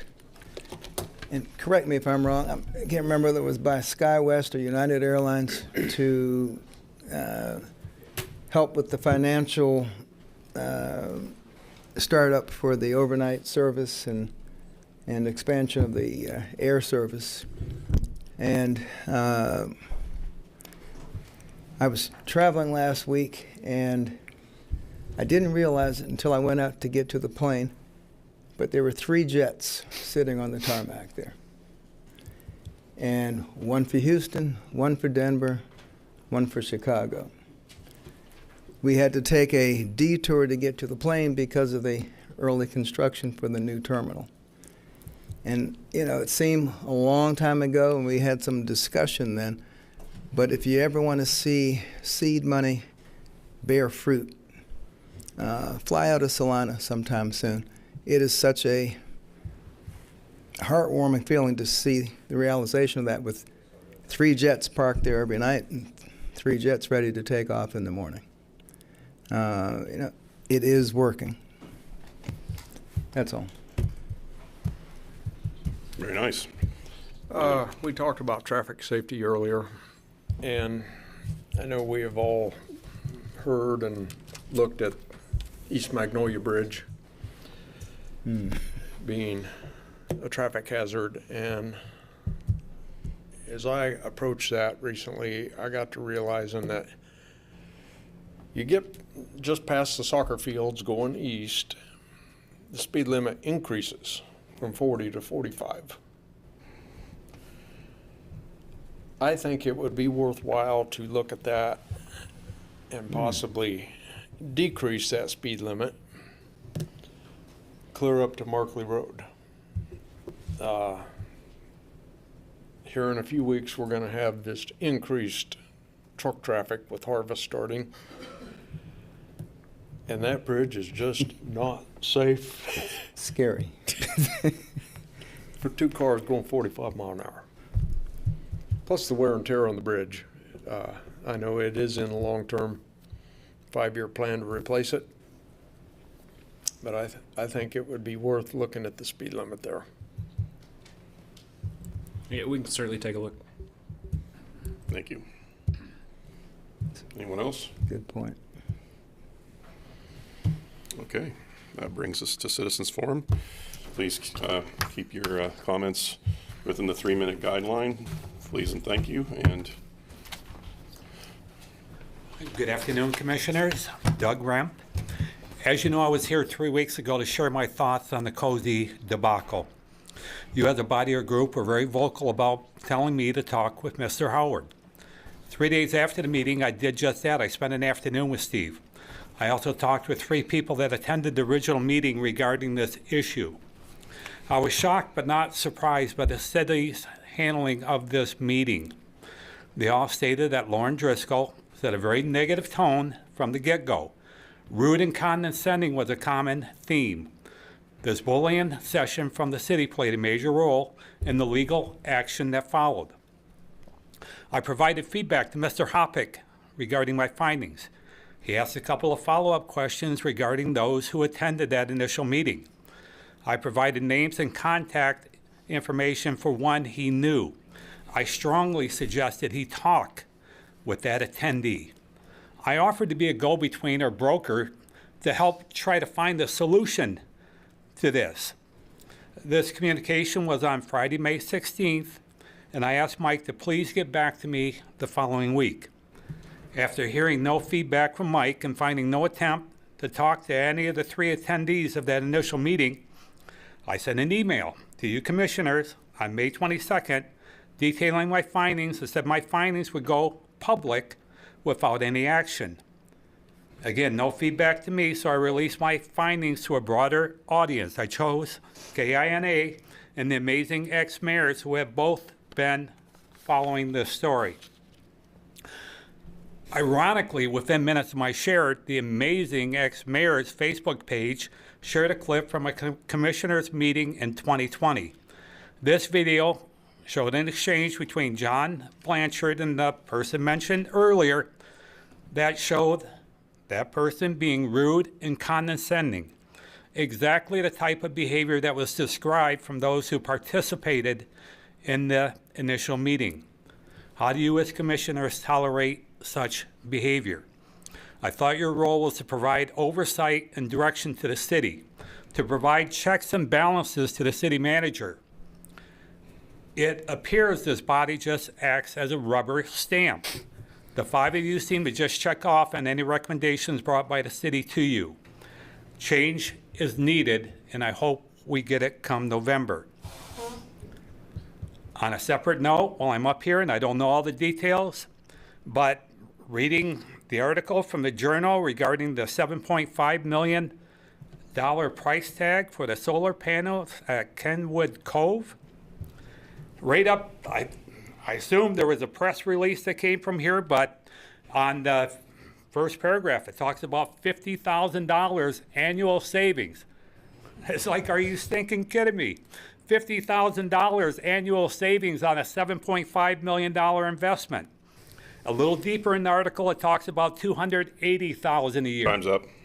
I don't care which number you use. One, it's going to take 150 years. The other one, it's going to take 28 years to get a return on investment.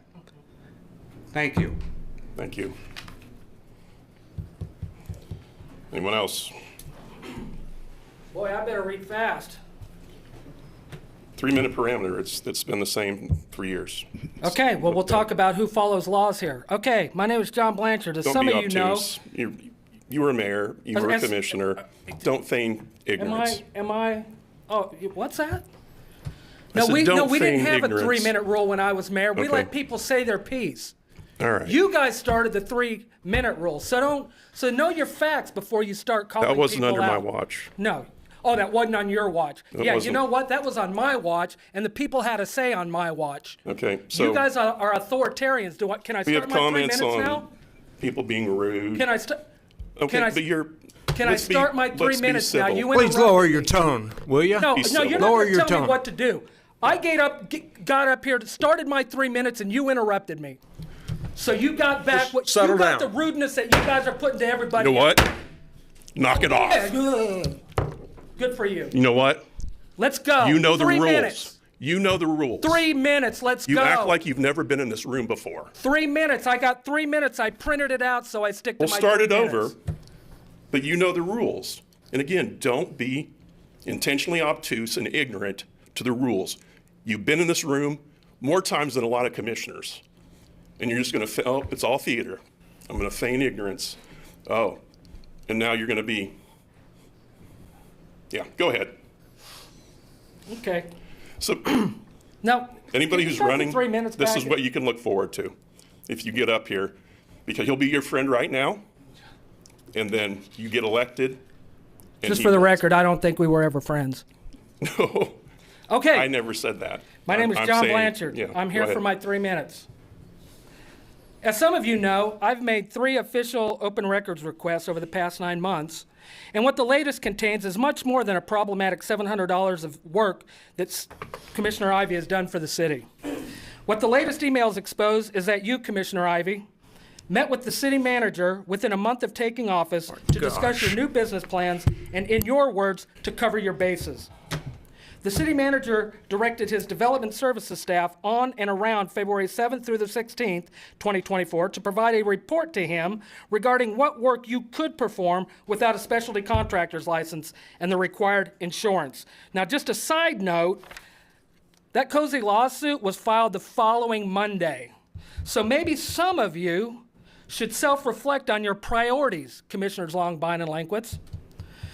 Now, this report contained an analysis of what work could be performed on fire alarm systems. The letter sent to you from the fire marshal stated, according to the information provided to the city manager, you are intending to do inspection only.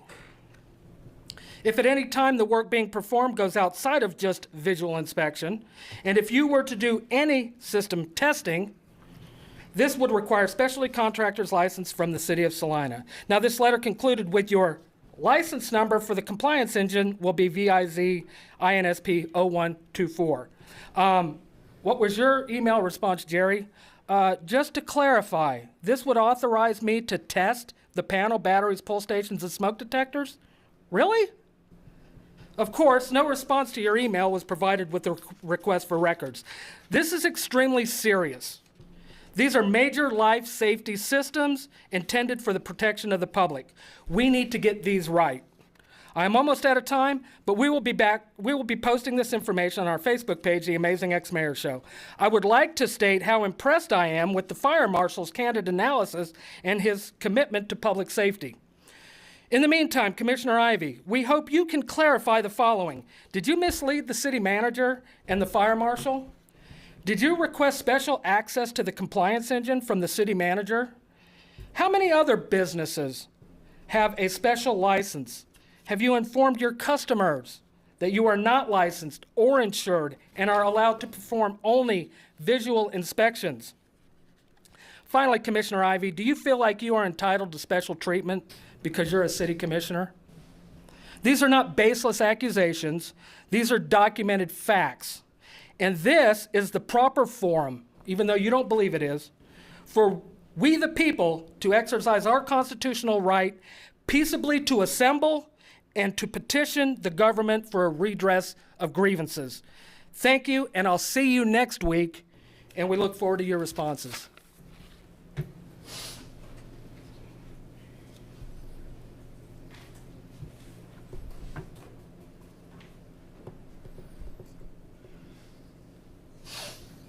First of all, I come with no papers.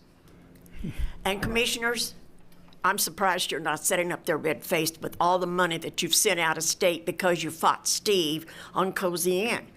And then I read where someone would like to finance the Markley Water Tower to put a ball symbol up there. That's advertisement. And you won't let Steve do it because he's advertising. All along Markley Road is nothing but ball fields.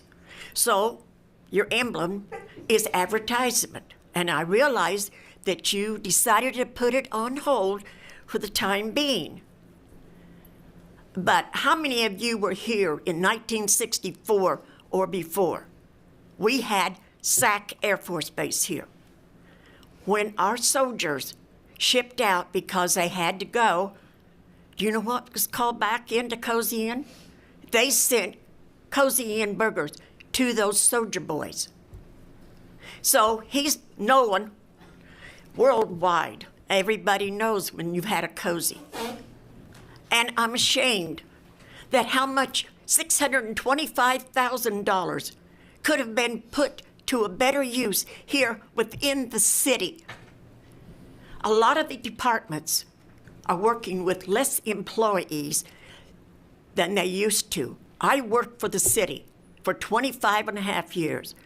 And when I retired, when somebody quit in that department, transferred out, there was not anybody hired to take their place. So can't we use, it's gone, $625,000 is gone. And it's wasted. So you can't get your Markley Water Tower baseball because that's advertising. And poor Steve, he's hanging in there. And I'm surprised that you're not sitting there red-faced, embarrassed at how far you've let this go. Thank you. And what's your name? Lucille Sanderson. Lucille Sanderson. But I'm ashamed. Thank you.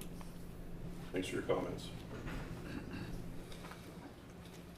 I said thank you for your comments. My name is Haley Helser, and I have an unpopular opinion. I feel like this whole Cozy Inn thing has been such a debacle.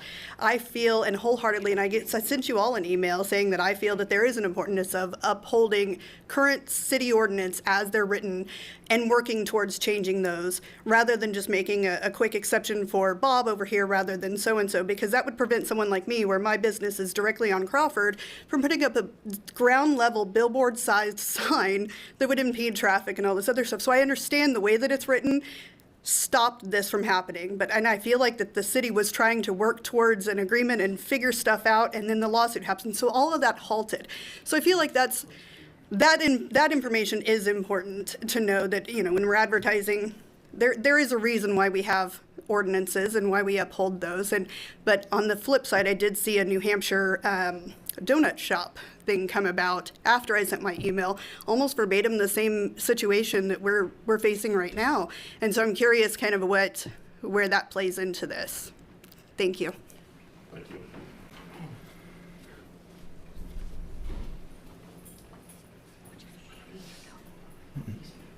Mr. Mantle.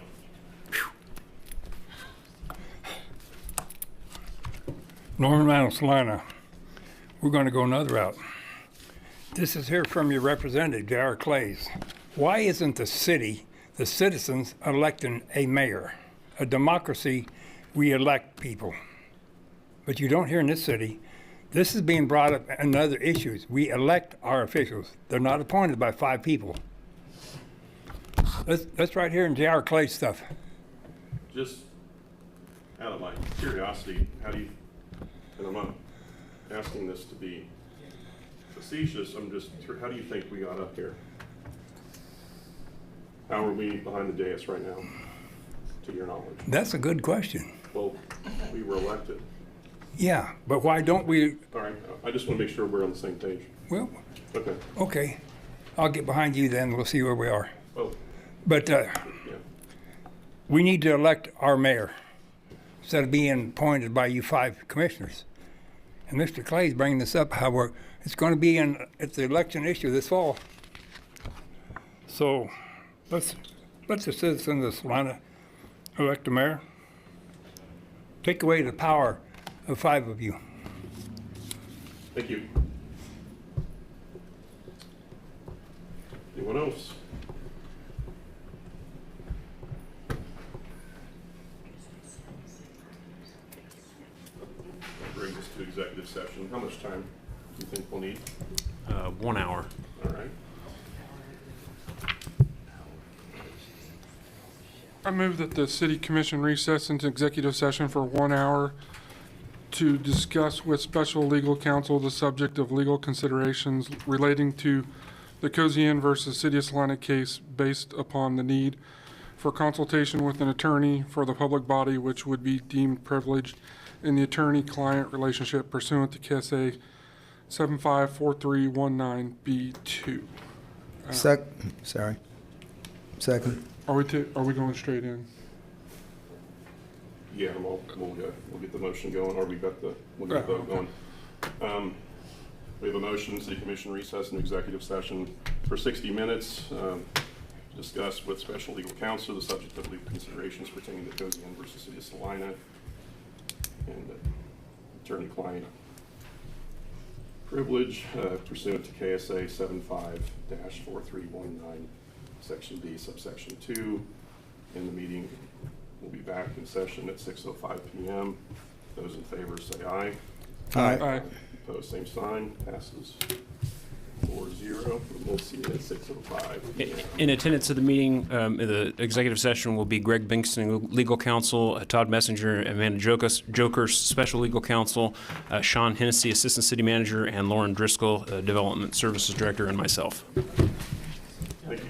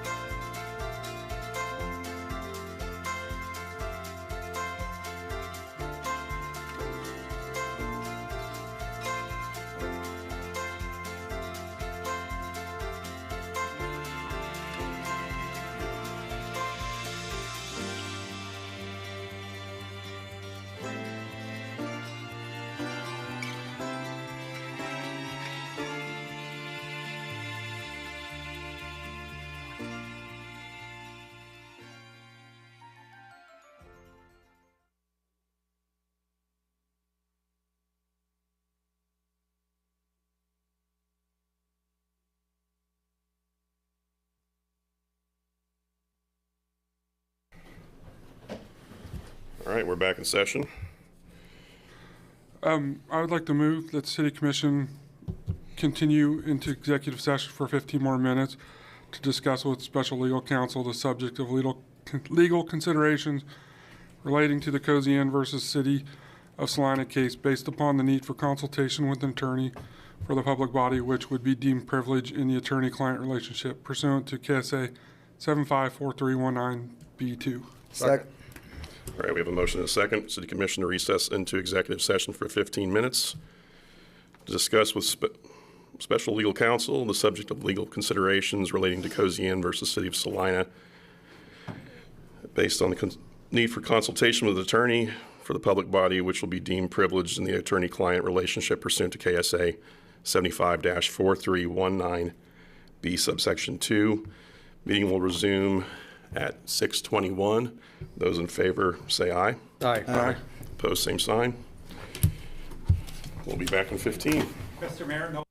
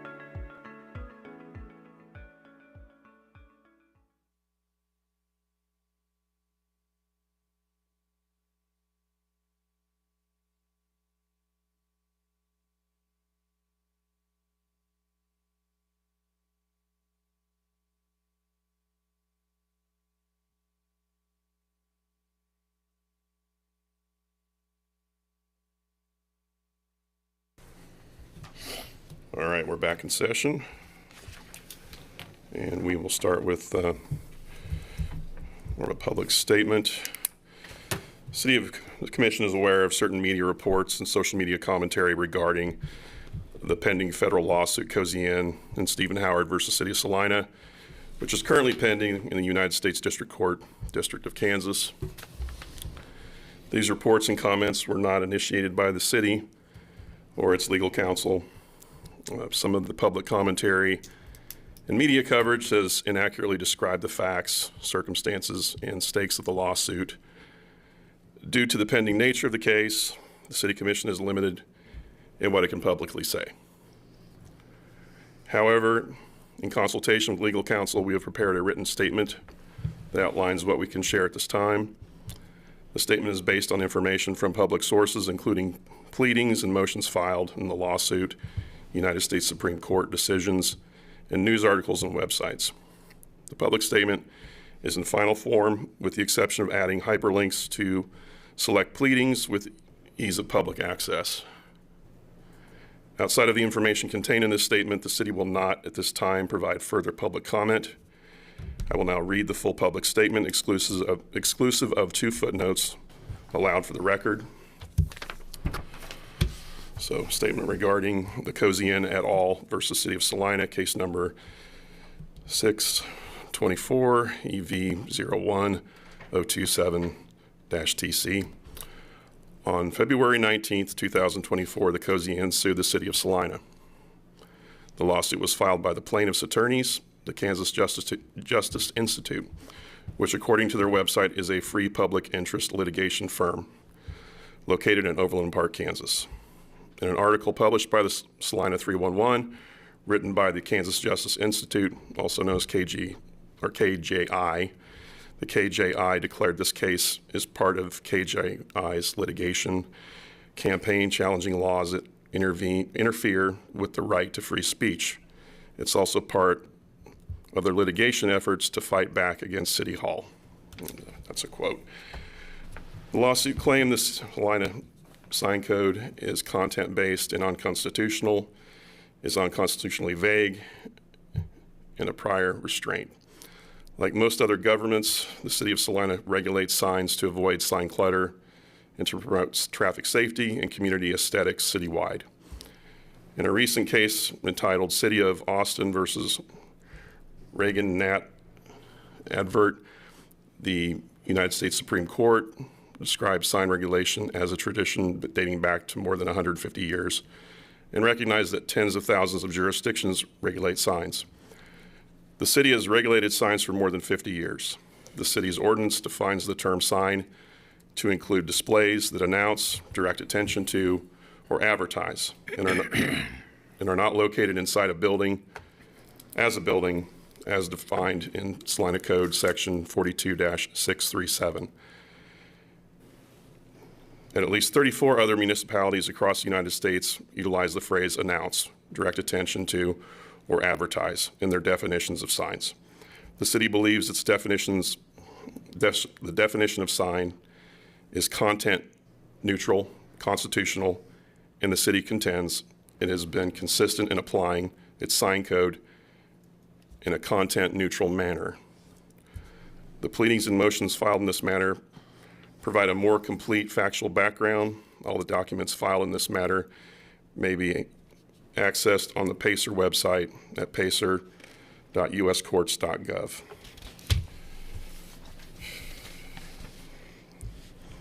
This statement will include some of the factual background addressed in the file pleadings and motions.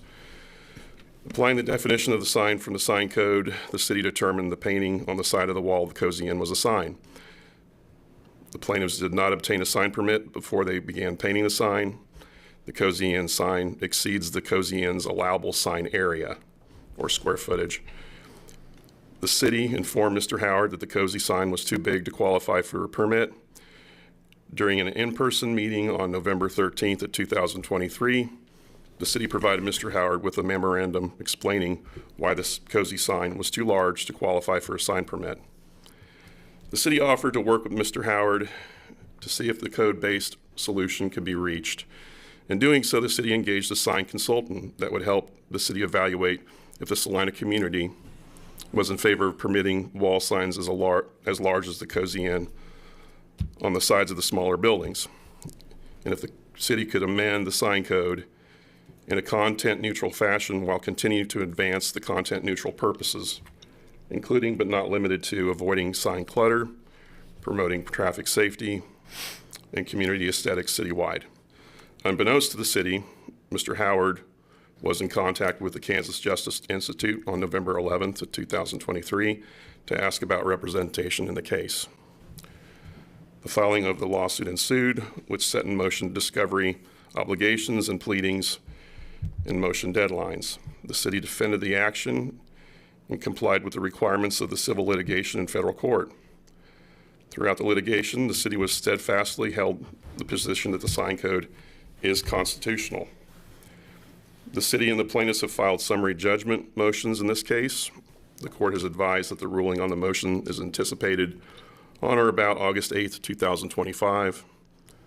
The court further advises that if one or more claims survive, a bench trial beginning October 7th, 2025 will occur. I would now entertain a motion to approve the public statement and delegate to the city manager the responsibility of inserting the hyperlinks and publishing the statement on the city's website and any other appropriate forms. And I'll leave it open to a motion. Yep. I move to approve the public statement prepared in response to recent media reports and social media commentary concerning the pending federal case of Cozy Inn and Stephen Howard versus City of Salina, and to delegate to the city manager the authority to finalize the statement by inserting hyperlinks to select pleadings filed in the lawsuit and to publish the completed statement on the city's official website. Second. All right, we have a motion and a second to approve the public statement prepared in response to recent media reports and social media commentary concerning the pending federal case of Cozy Inn and Stephen Howard versus City of Salina, and to delegate the city manager the authority to finalize the statement by inserting hyperlinks to select pleadings filed in the lawsuit, and to publish the completed statement on the city's official website. All those in favor say aye. Aye. Aye. Opposed, same sign. Passes 4-0. And I will. Yeah, Mayor and Commissioners, I will prepare the statement to be placed on the city's webpage along with the supporting material, which would include the city's brief in support of its motion for summary judgment with exhibits, the city's reply brief in support of its motion for summary judgment with exhibits, the city's brief in support of its motion to dismiss, the city's reply brief in support of its motion to dismiss, as well as the court amended pretrial order. Those will all be available on our website. All right, thank you. Well, if there's anybody who wants to make public comment, now's your time. Doug Ramp, once again. And I just want to add, there's always two sides to every story. You talk about the city and their willingness to work, but nobody has talked to the three people that attended that original meeting. It wouldn't have been that hard to do. And I guess in closing, the city's going to have a lot of egg on their face if they continue through this and they lose that hearing. It could happen. I don't know. You obviously feel your odds are good enough to continue forward, but it just seems like a strange hill to pick to die on. Thank you for your comment. John Blanchard, all I'll do is reiterate what Mr. Remp said. I think that this really isn't, in the court of public opinion, isn't about signs or murals or whatever. It's about why didn't we do more to work with Mr. Howard to have this taken care of before it turned into $1 million lawsuit. So again, I agree with Mr. Remp, but I do thank you for sharing a little bit more with the public. Thank you for your comment. On to the next item.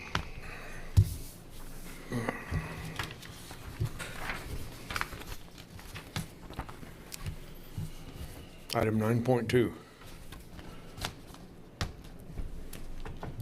How much time do you think we'll need? 15. Oliver, go ahead. All right. I move that the city commission recess an executive session for 15 minutes to discuss the interim city manager's evaluation based upon the need to discuss personnel matters of non-elected personnel pursuant to KSA 754319B1. The open meeting will resume, and I didn't mention we wanted a 5 minutes before the. Yeah. Okay. Right. I'll So kinda- I'll let you fill in the blanks. Will do. So we have a motion. We have a second. Second.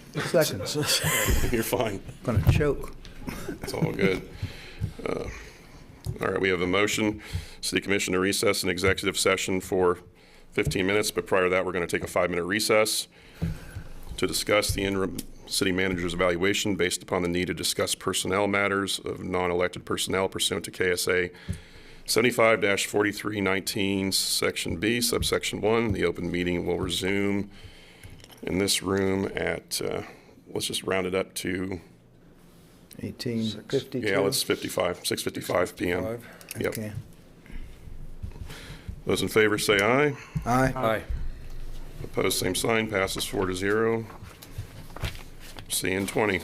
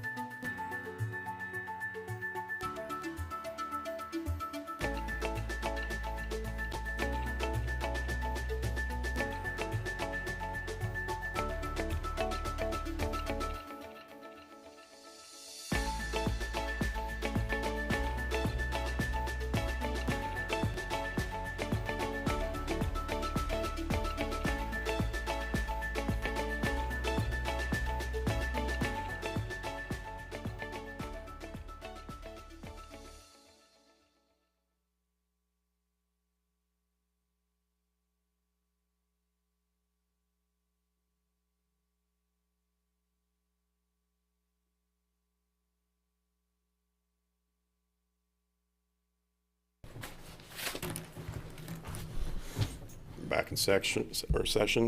No action to follow, so I will take a motion to adjourn. I move we adjourn. Second.